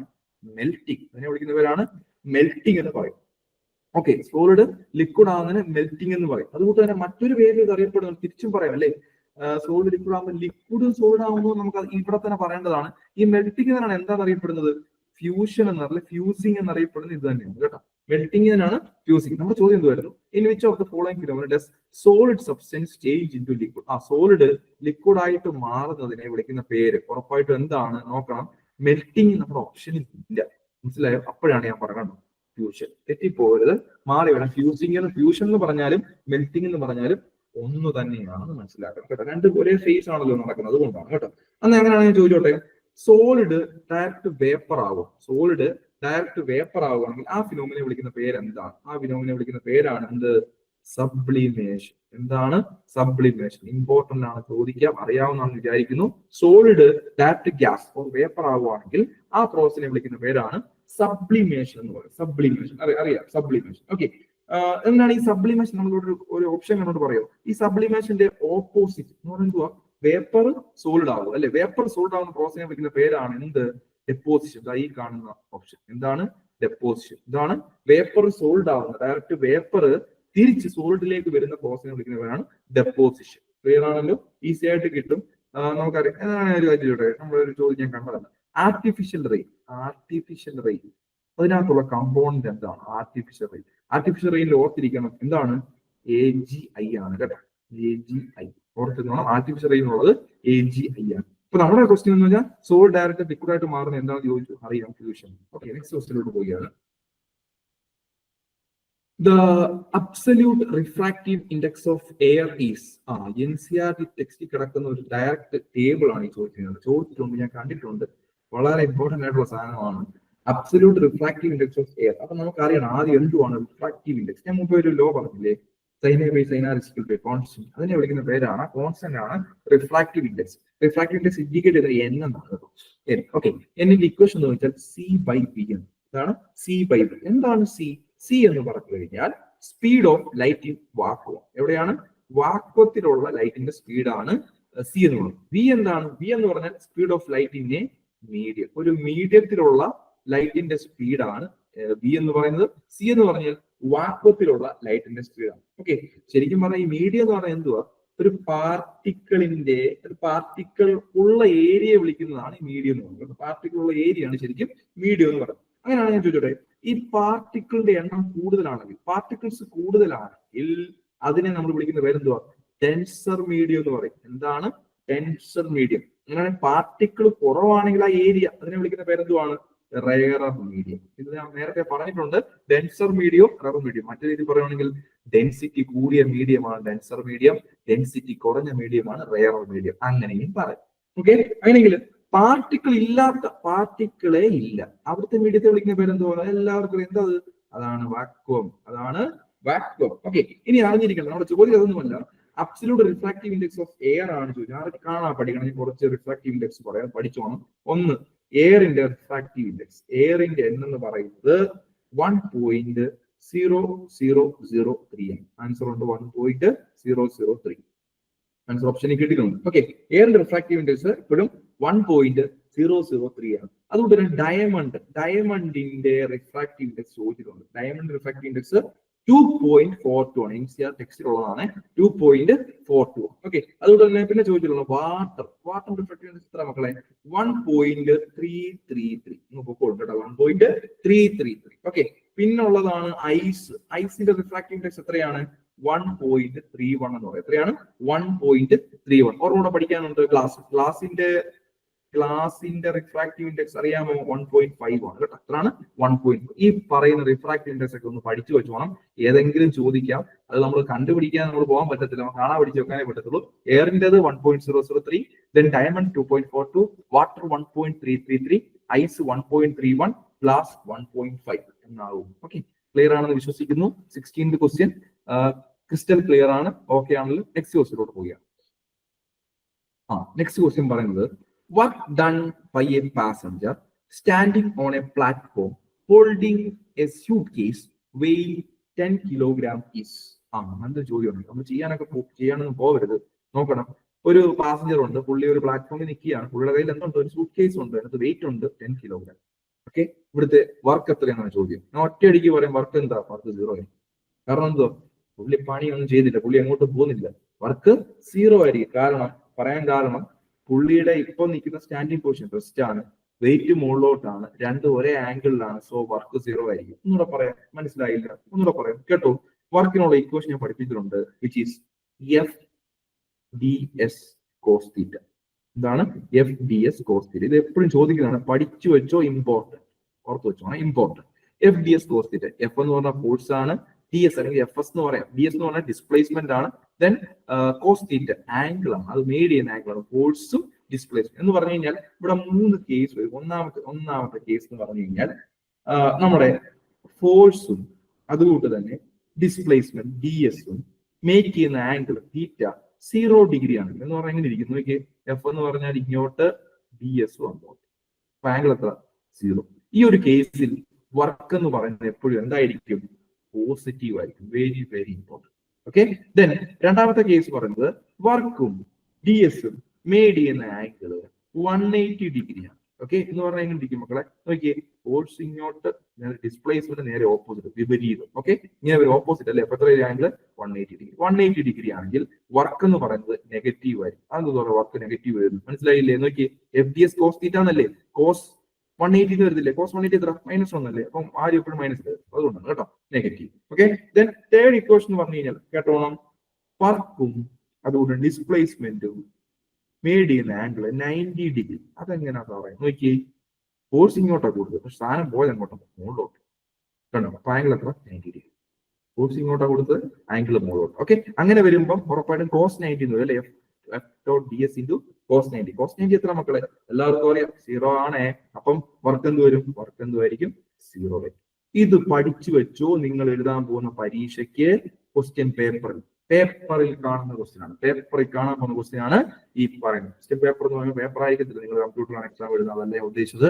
ക്വസ്റ്റ്യൻ ചോദിക്കാമെന്നാണ് ഉദ്ദേശിച്ചത്. ഓക്കെ, അപ്പം പോസിറ്റീവ് വർക്ക് കിട്ടുന്നത് എപ്പോഴാന്ന് ചോദിച്ചാൽ ആംഗിൾ 0 വരുമ്പോൾ, നെഗറ്റീവ് വർക്ക് കിട്ടുന്നത് ആംഗിൾ 180 വരുമ്പോൾ, ദെൻ 0 വർക്ക് കിട്ടുന്നത് ആംഗിൾ 90 വരുമ്പോൾ. ഉറപ്പായിട്ടും പഠിച്ചിരിക്കണം. ചോദിക്കും. ക്ലിയർ ആണല്ലോ? നെക്സ്റ്റ് ക്വസ്റ്റ്യനിലോട്ട് നമുക്ക് പതുക്കെ പോവാം. നെക്സ്റ്റ് ക്വസ്റ്റ്യൻ നോക്കാം. നെക്സ്റ്റ് ക്വസ്റ്റ്യൻ പറയുന്നത്, which of the following metals will not displace iron from iron chloride? താഴെ തന്നിരിക്കുന്നതിൽ അയൺ ക്ലോറൈഡിൽ നിന്നും അയണെ ഡിസ്പ്ലേസ് ചെയ്യാത്തതാണ് കേട്ടോ, വിൽ നോട്ട് ആണ് കേട്ടോ. ഡിസ്പ്ലേസ് ചെയ്യാത്ത മെറ്റൽ ഏതാണോ ചോദ്യം. ഓക്കെ, അപ്പം നമുക്കറിയാം എലമെന്റ്സ് എത്ര പവർഫുൾ ആണോ അതനുസരിച്ച് അത് അയൺ ക്ലോറൈഡിൽ നിന്നും അയണെ ഡിസ്പ്ലേസ് ചെയ്യത്തില്ല. ചില പവർഫുൾ ആയിട്ടുള്ള സാധനം, പവർ കൂടുന്നതനുസരിച്ച് ഡിസ്പ്ലേസ് ചെയ്യാനുള്ള കഴിവ് കുറയുമെന്നാണ് അർത്ഥം. ഓക്കെ, അങ്ങനെയെങ്കിൽ നമുക്ക് പവർഫുൾ ഓർഡർ, എലമെന്റ്സിന്റെ പവർഫുൾ ഓർഡർ തന്നിരിക്കണം. Na sodium, then calcium, magnesium. ഇതാണ് പവർഫുൾ ഓർഡർ, സാധാരണയുള്ള പവർഫുൾ ഓർഡർ. ഓക്കെ, പൊട്ടാസ്യം വളരെ പവർഫുൾ ആണ്, സോഡിയം അത് കഴിഞ്ഞ്, ദെൻ കാൽസ്യം, ദെൻ മഗ്നീഷ്യം. അപ്പൊ നമുക്ക് ഓപ്ഷനിൽ നോക്കുമ്പോൾ ഈ ഓപ്ഷനിൽ നിന്നുകൊണ്ട് ഓപ്ഷൻ നോക്കുമ്പോൾ ഞാൻ പറഞ്ഞ എന്തുവാ? പവർ കൂടുന്നതനുസരിച്ച് ഡിസ്പ്ലേസ് ചെയ്യാനുള്ള കഴിവ് കുറയും. ഓക്കെ, അപ്പൊ വിൽ നോട്ട് ഡിസ്പ്ലേസ് ആയി പോയിരിക്കുന്നത് അല്ലെ? അപ്പൊ നോക്കി, ഇവിടെ നോക്കുമ്പോൾ നമ്മൾ ശ്രദ്ധിച്ച് നോക്കി, ഇവിടെ ഇതൊക്കെ ഉണ്ട്. ഇതിനകത്തുള്ള ഏതെങ്കിലും സാധനം വന്നിട്ടുണ്ടോ? ഉണ്ടല്ലോ. എന്തൊക്കെയുള്ളത്? മഗ്നീഷ്യം അല്ലേ? മഗ്നീഷ്യം ഉണ്ട്. അപ്പൊ മഗ്നീഷ്യം ഓപ്ഷനിൽ നിന്ന് പോയി. പിന്നുള്ളത് ഏതാണുള്ളത്? അലൂമിനിയം. ഓക്കെ, 2 ഓപ്ഷൻ പോയി. ഇനി നോക്കിയേ, ഇതിനകത്ത് ബാക്കിയുള്ളത് സിങ്കും സിൽവറും അല്ലെ? എപ്പോഴും ഈ സിങ്ക് സിൽവർ എന്ന് പറയുന്ന മെറ്റൽ അതെ, മെറ്റലിനെ അപേക്ഷിച്ച് സിങ്ക് എന്ന് പറയുന്നത് കൂടുതൽ റിയാക്റ്റീവ് ആണ്. ഓക്കെ, സിൽവറിനെ അപേക്ഷിച്ച് സിങ്ക് കൂടുതൽ റിയാക്ടിവിറ്റി കൂടുമ്പോൾ പവർഫുൾ അല്ലെ? ഇപ്പൊ എന്ത് ചെയ്യും? ഓപ്ഷൻ കിട്ടത്തില്ല. പിന്നെ എന്തുമാത്രം ഓപ്ഷൻ ഉള്ളൂ? സിൽവർ മാത്രമേ ഉള്ളൂ. അതുകൊണ്ട് ആൻസർ എന്തായിട്ട് വരും? സിൽവർ മാത്രം. അപ്പൊ ഓർത്തോണം, എലമെന്റിലെ പവർഫുൾ ഏതാണോ അത് അയൺ ക്ലോറൈഡിൽ നിന്നും അയണിനെ ഡിസ്പ്ലേസ് ചെയ്യില്ല. ഓക്കെ, അതുകൊണ്ടാണ് നമ്മൾ ഓപ്ഷൻ ആൻസർ എന്ന് പറയുന്നത് സിൽവർ എന്ന് പറഞ്ഞ ഓപ്ഷനിലേക്ക് എത്തിയത്. ഓക്കെ, അങ്ങനെയാണ് ചോദിച്ചോട്ടെ, ക്യുക്ക് സിൽവർ എന്നറിയപ്പെടുന്നത് എന്താണ്? ക്യുക്ക് സിൽവർ എന്നറിയപ്പെടുന്നത് എന്താണ്? ചോദിച്ചിട്ടുണ്ട്. ക്യുക്ക് സിൽവർ കാണുമ്പോൾ അയ്യോ സിൽവർ ആണ്, ഇതിന്റെ കമ്പൗണ്ട് ആണ് പോകും. ഒന്നുമല്ല, ക്യുക്ക് സിൽവറിനെ വിളിക്കുന്ന പേരാണ് മെർക്കുറി കേട്ടോ. ഇതാണ് മെർക്കുറിയെ വിളിക്കുന്ന പേരാണ് ക്യുക്ക് സിൽവർ. Hg ഹൈഡ്രോജറും. ഇതിന്റെ ഓറിനെ മുമ്പേ പറഞ്ഞ, ഇതിന്റെ ഓർ എന്ത് വരുന്നു? മെർക്കുറിയുടെ ഓറിന്റെ പേരെന്താണ്? സിന്നബാർ. എന്താണ്? സിന്നബാർ എന്ന് പറയും. ഓക്കെ, അങ്ങനെയാണെങ്കിൽ മറ്റൊരു ചോദ്യം കണ്ടിരിക്കുന്നതാണ് ജർമ്മൻ സിൽവറിനാണ്. നല്ല ചോദ്യം കേട്ടോ, ജർമ്മൻ സിൽവർ. ഓക്കെ, ഒരു അലോയി ആണ്. ജർമ്മൻ സിൽവറിനകത്ത് നമ്മുടെ സിൽവറിന്റെ പെർസെന്റേജ് എത്രയാണ് ചോദിച്ചത് കേട്ടോ. ജർമ്മൻ സിൽവറിനകത്ത് പെർസെന്റേജ് എത്രയാണ്? ഓപ്ഷനിൽ എല്ലാം കാണും, ഓടിപ്പോരുത്, ഓർത്തോണം. ജർമ്മൻ സിൽവർ എന്ന് പേരേ ഉള്ളൂ, സിൽവറിന്റെ കമ്പോണന്റ് 0 ആണ് കേട്ടോ. ഇച്ചിരി പോലും സിൽവർ ഇല്ല. ജർമ്മൻ സിൽവർ എന്ന് അപ്പൊ എന്താണ്? ഒന്നുമില്ല. 60% കോപ്പറും 20% നിക്കലും, അതുകൊണ്ട് തന്നെ 20% സിങ്കും. 20% സിങ്ക് ഉള്ള അലോയെ വിളിക്കുന്ന പേരാണ് ജർമ്മൻ സിൽവർ. അതിനകത്ത് എന്തില്ല? സിൽവർ ഇല്ല. 0% ആണ് സിൽവർ. ക്ലിയർ ആണല്ലോ? നെക്സ്റ്റ് ക്വസ്റ്റ്യനിലോട്ട് പോകാലോ? ക്ലിയർ ആയി. Okay, the outermost layer of human body skin is called. നല്ലൊരു ചോദ്യമാണ്. നമ്മുടെ ബോഡിയുടെ സ്കിന്നിന്റെ ഔട്ടർമോസ്റ്റ് ലെയറിനെ വിളിക്കുന്ന പേര് അറിഞ്ഞിരിക്കണം. ആ പേര് എപ്പിഡെർമിസ് എന്നാണ്. അതാണ് എപ്പിഡെർമിസ്. അറിഞ്ഞിരിക്കണം. Outermost layer of skin is epidermis. Option C ആണ് ആൻസർ. ശരിക്കും പറഞ്ഞാൽ ഈ സ്കിന്നിന് കളർ കൊടുക്കുന്ന എലമെന്റ് ഏതാണ്? ലൈക്ക് സ്കിന്നിന് കളർ കൊടുക്കുന്ന ഹോർമോൺ എലമെന്റ് അല്ല, സ്കിന്നിന് കളർ കൊടുക്കുന്ന ഹോർമോൺ, സ്കിൻ കളർ കൊടുക്കുന്ന ഹോർമോൺ എല്ലാവർക്കും അറിയായിരിക്കും മെലറ്റോണിൻ ആണ് കേട്ടോ. ഇതാണ് മെലറ്റോണിൻ. ഇതാണ് മെലാറ്റോണിൻ ആണ് സ്കിന്നിന് കളർ കൊടുക്കുന്നത്. ഓക്കെ, സ്കിന്നിന്റെ സ്റ്റഡി പഠിക്കുന്ന പേരെന്തോ? സ്കിന്നിന്റെ സ്റ്റഡി. കുറെ സ്റ്റഡീസ് ഒക്കെ ഞാൻ കഴിഞ്ഞ പഠിപ്പിച്ചായിരുന്നു. സ്കിൻ സ്റ്റഡി എന്തുവാ? ഡെർമറ്റോളജി കേട്ടോ. എന്താണ്? ഡെർമറ്റോളജി എന്നാണ് സ്കിന്നിന്റെ സ്റ്റഡിയെ വിളിക്കുന്ന പേര്. ഓക്കെ, കൂടാതെ നമ്മുടെ പ്രീവിയസ് ചോദിച്ചിട്ടുള്ളതാണ്, സ്കിൻ ഉപയോഗിച്ച് ശ്വസനം നടത്തുന്ന ജീവി ഏതാണ്? സ്കിൻ ഉപയോഗിച്ച്, നമ്മളെ സ്കിൻ ഉപയോഗിച്ചല്ല, സ്കിൻ ഉപയോഗിച്ച് ശ്വസനം നടത്തുന്ന ജീവി ഉണ്ട്. അതിന്റെ പേരെന്തുവാ? എല്ലാവർക്കും അറിയാം. എന്തുവാ? Farmer's friend, which is earthworm ആണ് കേട്ടോ. എന്താണ്? Earthworm. Farmer's friend earthworm ആണ് സ്കിൻ ഉപയോഗിച്ച് ശ്വസനം നടത്തുന്നത്. അപ്പം അറിഞ്ഞിരിക്കണം. പറഞ്ഞ ഇത്രയേ ഉള്ളൂ. സ്കിന്നിന്റെ ഔട്ടർ മോസ്റ്റ് ലെയറിനെ വിളിക്കുന്ന പേരാണ് ഇത് എപ്പിഡെർമിസ്. ഓക്കെ ആണ്. ദെൻ സ്കിന്റെ സ്റ്റഡി ഡെർമറ്റോളജി ആണ്. കളർ കൊടുക്കുന്ന ഹോർമോൺ മെലാറ്റോണിൻ. ഇതൊക്കെ ചോദിച്ചുള്ളതാണ്, അതുകൊണ്ടാണ് ഞാൻ ഇതൊക്കെ പറയുന്നത് കേട്ടോ. മെലാറ്റോണിൻ ആണ്. ഓക്കെ, ഇനി സ്കിന്നിലെ പ്രോട്ടീന്റെ പേരറിയോ? സ്കിന്നിലെ പ്രോട്ടീന്റെ പേര് എന്താണ്? ഇലാസ്റ്റിൻ എന്നാണ്. എന്താണ്? ഇലാസ്റ്റിൻ. ഓർത്തിരുന്നോണം, ഇലാസ്റ്റിൻ. ചോദിച്ചിരിക്കുന്നതൊക്കെ എടുത്തിട്ട് പറയുന്നേ ഉള്ളൂ. ഇലാസ്റ്റിൻ. ഇലാസ്റ്റിൻ എന്തുവായിരുന്നു? സ്കിന്നിലെ പ്രോട്ടീൻ ഏതാണെന്ന് ചോദിച്ചാൽ ആ പ്രോട്ടീന്റെ പേരാണ് ഇത് ഇലാസ്റ്റിൻ വിളി. കിട്ടിയോ? ദെൻ നെക്സ്റ്റ് ക്വസ്റ്റ്യൻ നോക്കാം. Next question. The slope of the line on a velocity time graph is called. നല്ലൊരു ചോദ്യമാണ്. ഒരു വെലോസിറ്റി ടൈം ഗ്രാഫ് ഉണ്ടെങ്കിൽ ആ വെലോസിറ്റി ടൈം ഗ്രാഫിലെ സ്ലോപ്പിനെ വിളിക്കുന്ന പേര്, അല്ലെ സ്ലോപ്പ് എന്ന് പറഞ്ഞാൽ എന്താണ് എന്നാണ് ചോദ്യം. നോക്കി നമുക്കറിയാം വെലോസിറ്റി ടൈം ഗ്രാഫ് ആണ് അല്ലെ.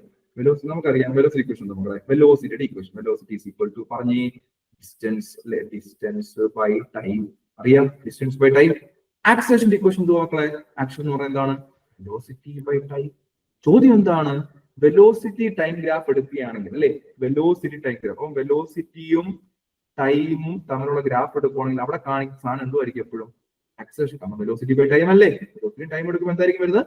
ആക്സിലറേഷൻ ആയിരിക്കും കാണിക്കുന്നത്. അപ്പൊ ആൻസർ എന്ത് വരും? The slope. അപ്പോൾ അവിടുത്തെ സ്ലോപ്പ്, ആ സ്ലോപ്പ് ലൈനിന്റെ സ്ലോപ്പ് എന്ന് പറയുന്നത് എന്തായിരിക്കും? Slope of A velocity time graph will be which one? Acceleration. Option C ആണ്. ഓക്കെ, ആക്സിലറേഷൻ ആയിരിക്കും എപ്പോഴും ഓപ്ഷൻ ആയിട്ട് വരാൻ പോകും. ഓക്കെ, അങ്ങനെയാണ് ചോദിച്ചിട്ടെ ആക്സിലറേഷൻ ടൈം ഗ്രാഫിലെ സ്ലോപ്പ് എന്തായിരിക്കും? അത് കൊള്ളാം. എന്താണ് ആക്സിലറേഷൻ ടൈം ഗ്രാഫിലെ സ്ലോപ്പ്? എന്തോ ആക്സിലറേഷൻ ടൈം ഗ്രാഫിന്റെ സ്ലോപ്പ് എന്തുമായിരിക്കും? ആക്സിലറേഷൻ ടൈം എടുക്കുമ്പോൾ ഏതാ സ്ലോപ്പ് ആയിട്ട് വരുന്നത്? വെലോസിറ്റി ആയിരിക്കും. ആരായിരിക്കും? വെലോസിറ്റി ആയിരിക്കും. ആൻസർ തിരിച്ചിട്ടു. ഇക്വേഷൻ അറിയെങ്കിൽ ഓക്കെ കേട്ടോ. ആക്സിലറേഷൻ ടൈം ഗ്രാഫിന്റെ സ്ലോപ്പ് വെലോസിറ്റി ആയിരിക്കും. ഓക്കെ, ഞാൻ ചോദിച്ചിട്ട് മറ്റൊരു കാര്യം. ഇപ്പൊ ഓപ്ഷനിൽ തന്നിട്ട് ഓപ്ഷൻസ് കണ്ടോ? ഈ ഓപ്ഷനകത്ത് ഏതാണ് സ്കെയിലർ ക്വാണ്ടിറ്റി? ഓപ്ഷനിൽ തന്നിരിക്കുന്നത് ഏതാണ് സ്കെയിലർ ക്വാണ്ടിറ്റി? ഞാൻ പറഞ്ഞതാണ് സ്കെയിലറും വെക്ടറും ഒക്കെ ക്ലാസ് എടുത്ത് വന്നതാണ്. കറക്റ്റ് ആയിട്ട് അത് കാണാൻ പഠിച്ചു വെച്ചോണം. ഇപ്പൊ ഇവിടെ നോക്കുമ്പോൾ മൊമെന്റം, ആക്സിലറേഷൻ, ഫോഴ്സ് എല്ലാം വെക്ടർ ആണ്. എന്ത് മാത്രമേ ഉള്ളൂ സ്കെയിലർ ക്വാണ്ടിറ്റി? ഡിസ്റ്റൻസ് ആണ് സ്കെയിലർ ക്വാണ്ടിറ്റി. ചോദ്യം വേറെയാണ്, ഞാൻ പറഞ്ഞ ചോദ്യം വേറെയാണ് കേട്ടോ. സ്കെയിലർ ക്വാണ്ടിറ്റി എന്നുള്ളത് കേട്ടോ. അങ്ങനെയാണ് വേറെ കാര്യം ചോദിച്ചത്. ഒരു വസ്തു മോഷനിലാണ് കേട്ടോ. അതിന്റെ വെലോസിറ്റി ഉണ്ട്. ഒരു വസ്തു ഇങ്ങനെ മൂവ് ചെയ്തോണ്ടിരിക്കുകയാണ്, അതിന് വെലോസിറ്റി ഉണ്ട്. ഓക്കെ, ഈ മൂവ് ചെയ്തോണ്ടിരിക്കുന്നതിന്റെ വെലോസിറ്റി ഞാൻ ഡബിൾ ആക്കുവാണ്. മൂവ് ചെയ്തോണ്ടിരിക്കുന്ന വെലോസിറ്റി ഡബിൾ ആക്കും എന്ന് പറഞ്ഞാൽ 2v ആക്കി. കിട്ടിയേ? 2v ആക്കി. അങ്ങനെയെങ്കിൽ ഇതിനകത്തുള്ള മൊമെന്റം ഇൻഡിക്കേറ്റ് ചെയ്യുന്ന പി എന്നാലേ മൊമെന്റത്തിന് എന്ത് സമയം? ചോദ്യമാണ്, കണ്ടിട്ടുള്ള ചോദ്യമാണ്. അതുകൊണ്ടാണ് അത് പറഞ്ഞത്. ഒരു വസ്തു മോഷനിലാണ്, അതിന്റെ വെലോസിറ്റി v ആയിരുന്നു, അത് മൂവ് ചെയ്ത് ഡബിൾ ആക്കി വെലോസിറ്റി.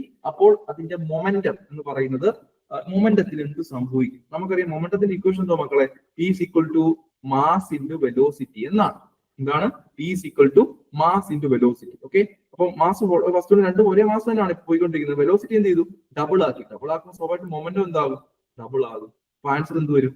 ഓപ്ഷനിൽ ഉണ്ടായിരിക്കും ഒരു വസ്തുവിന്റെ, മൂവ് ചെയ്തുകൊണ്ടിരിക്കുന്ന വസ്തുവിന്റെ വെലോസിറ്റി എത്രയാക്കുന്നോ അതനുസരിച്ച് മൊമെന്റവും അത്രയും മടങ്ങാവും എന്നാണ് ഇതിനർത്ഥം. ഓക്കെ, അങ്ങനെയെങ്കിൽ ഡബിൾ ആക്കുവാണെങ്കിൽ മൊമെന്റം, വെലോസിറ്റി ഡബിൾ ആക്കുവാണെങ്കിൽ മൊമെന്റം എന്താകും?